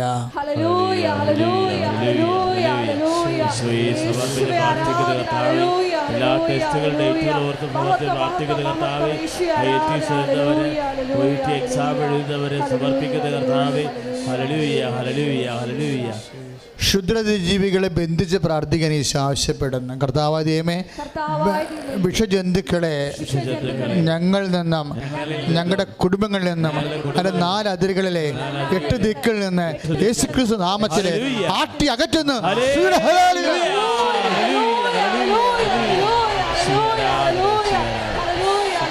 പരിശുദ്ധ പരമദിവ്യകാരുണ്യത്തിന് മക്കളെ, കേസുകൾ, കള്ളക്കേസുകൾ, അതിർത്തി തർക്കങ്ങൾ, കുടുംബ വഴക്കുകൾ എല്ലാം ഓർക്കുക മക്കളെ. നിങ്ങളുടെ കുടുംബത്തിൽ മറ്റ് വ്യക്തികളുമായിട്ടുണ്ടായിട്ടുള്ള നിങ്ങളുടെ കഴുത്തേക്ക് കയറുന്ന വ്യക്തികൾ, നിങ്ങൾ നാശം കാണാൻ ആഗ്രഹിക്കുന്നവരൊക്കെ സമർപ്പിക്കുക. വൈരാഗ്യത്തോടെയല്ല, കർത്താവിൻ്റെ കരുണയ്ക്ക് വേണ്ടി സമർപ്പിക്കുക. ശത്രുക്കളെ കർത്താവിൻ്റെ കരുണയ്ക്ക് ഏൽപ്പിക്കാനാണ് പറഞ്ഞിരിക്കുന്നത്. മാരക രോഗികൾ, ഇപ്പോഴും തുടയുടെ ഉള്ളിലെന്തോ എവിടെയോ പഴുത്ത് കാണുന്ന രോഗികളെ കർത്താവ് ഇപ്പോൾ സുഖപ്പെടുത്തിക്കൊണ്ടിരിക്കുന്ന ഹല്ലേലൂയ. ഇപ്പോഴൊരു ആമാശയം കാണിക്കുന്നുണ്ട്. ആമാശയത്തിൻ്റെ അകത്തും പുറത്തും നീരാണ്. അകത്ത് ആമാശയത്തിൻ്റെ ഉള്ളിൽ ഭക്ഷണം ദഹിക്കാതെ ഇങ്ങനെ കറുത്ത നിറമായി പോകും.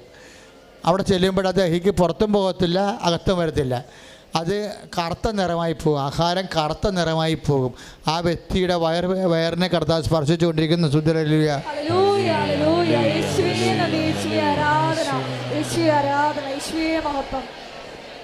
പരിശുദ്ധ പരമദിവ്യകാരുണ്യത്തിന് പരിശുദ്ധ പരമദിവ്യകാരുണ്യത്തിന് ഈ മുള്ളംകാലിൽ ഇങ്ങനെ പാദങ്ങൾ പിടിച്ചിങ്ങനെ നെക്കി നോക്കും. 2 കൈയും കൊണ്ട് ഇങ്ങനെ നെക്കി നോക്കും. എന്നിട്ട് കൈകൊണ്ട് വിടുമ്പോൾ ഉണ്ടാകണത് ചില സമയത്ത് വേദന ഉണ്ടാകും. ചില സമയത്ത് ഇങ്ങനെ പിടിക്കുമ്പോൾ ഈ ഒരു പ്രത്യേക ഒരു ഇറിറ്റേഷൻസ് ഉണ്ടാകണം. അത് എന്താണ് അതിൻ്റെ രോഗമെന്നറിയാൻ പാടില്ല. ഈ വ്യക്തി കാണിക്കണ ഇതാണ്, പാദം മൊത്തം കൈകൊണ്ട് കൂട്ടിപ്പിടിച്ച് നെക്കിയിട്ട് വിടും. അയാൾ എന്താ ഉദ്ദേശിക്കണമെന്ന് നമുക്കറിയത്തില്ല. അതിനാൽ നീരാണെങ്കിൽ നീര്, അല്ലെങ്കിൽ അസ്ഥികൾക്ക് എന്തെങ്കിലും കടിച്ച ചൊറിച്ചില ഉള്ളിൽ നിന്നുള്ളതാണെങ്കിൽ അത് കർത്താവ് വ്യക്തിയെ സുഖപ്പെടുത്തിക്കൊണ്ടിരിക്കുന്ന ഹല്ലേലൂയ.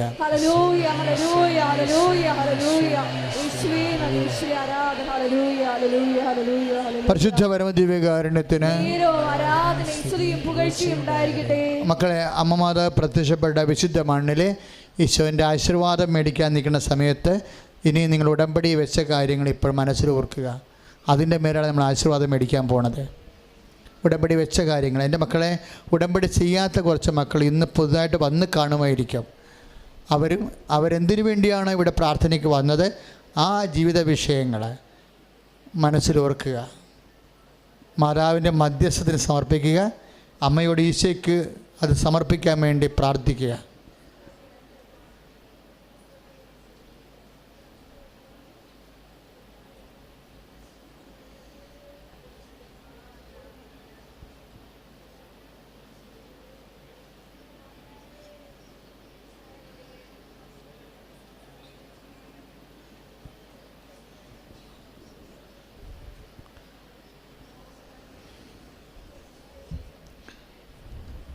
മക്കളെ, നേർച്ച വസ്തുക്കൾ എടുക്കുക.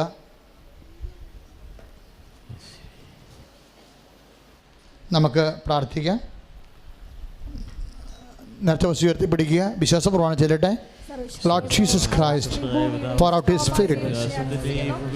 The fire fingers soak with the precious blood. Lord, infuse His Spirit and with the authority of the Catholic Church, with the power of Jesus Christ, with the miracles of the Holy Priesthood, I bless and hallow you. എൻ്റെ കർത്താവിൻ്റെ ഉന്നതമായ നാമത്തെ സഭയുടെ അധികാരത്തിൽ ക്രിസ്തുവിൻ്റെ അടയാളത്തിൽ ദൈവത്തിൻ്റെ ശക്തിയാൽ ഞാൻ മക്കളെ ഈശോയുടെ നാമത്തെ ആശീർവദിക്കുന്ന നേർച്ച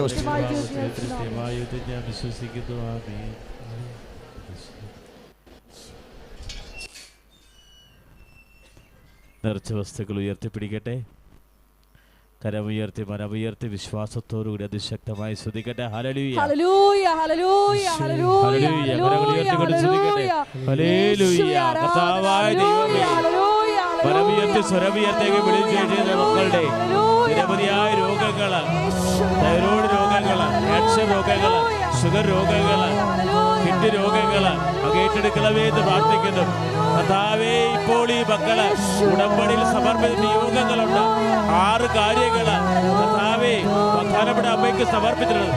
അതെല്ലാം കർത്താവേ ഏറ്റെടുക്കണമേ. യേശുവേ ആരാധന, യേശുവേ ആരാധന, യേശുവേ ആരാധന. പരിശുദ്ധ പരമ ദിവ്യകാരുണ്യ ഈശോയ്ക്ക് പരിശുദ്ധ പരമ ദിവ്യകാരുണ്യ ഈശോയ്ക്ക് പരിശുദ്ധ പരമ ദിവ്യകാരുണ്യ ഈശോയ്ക്ക്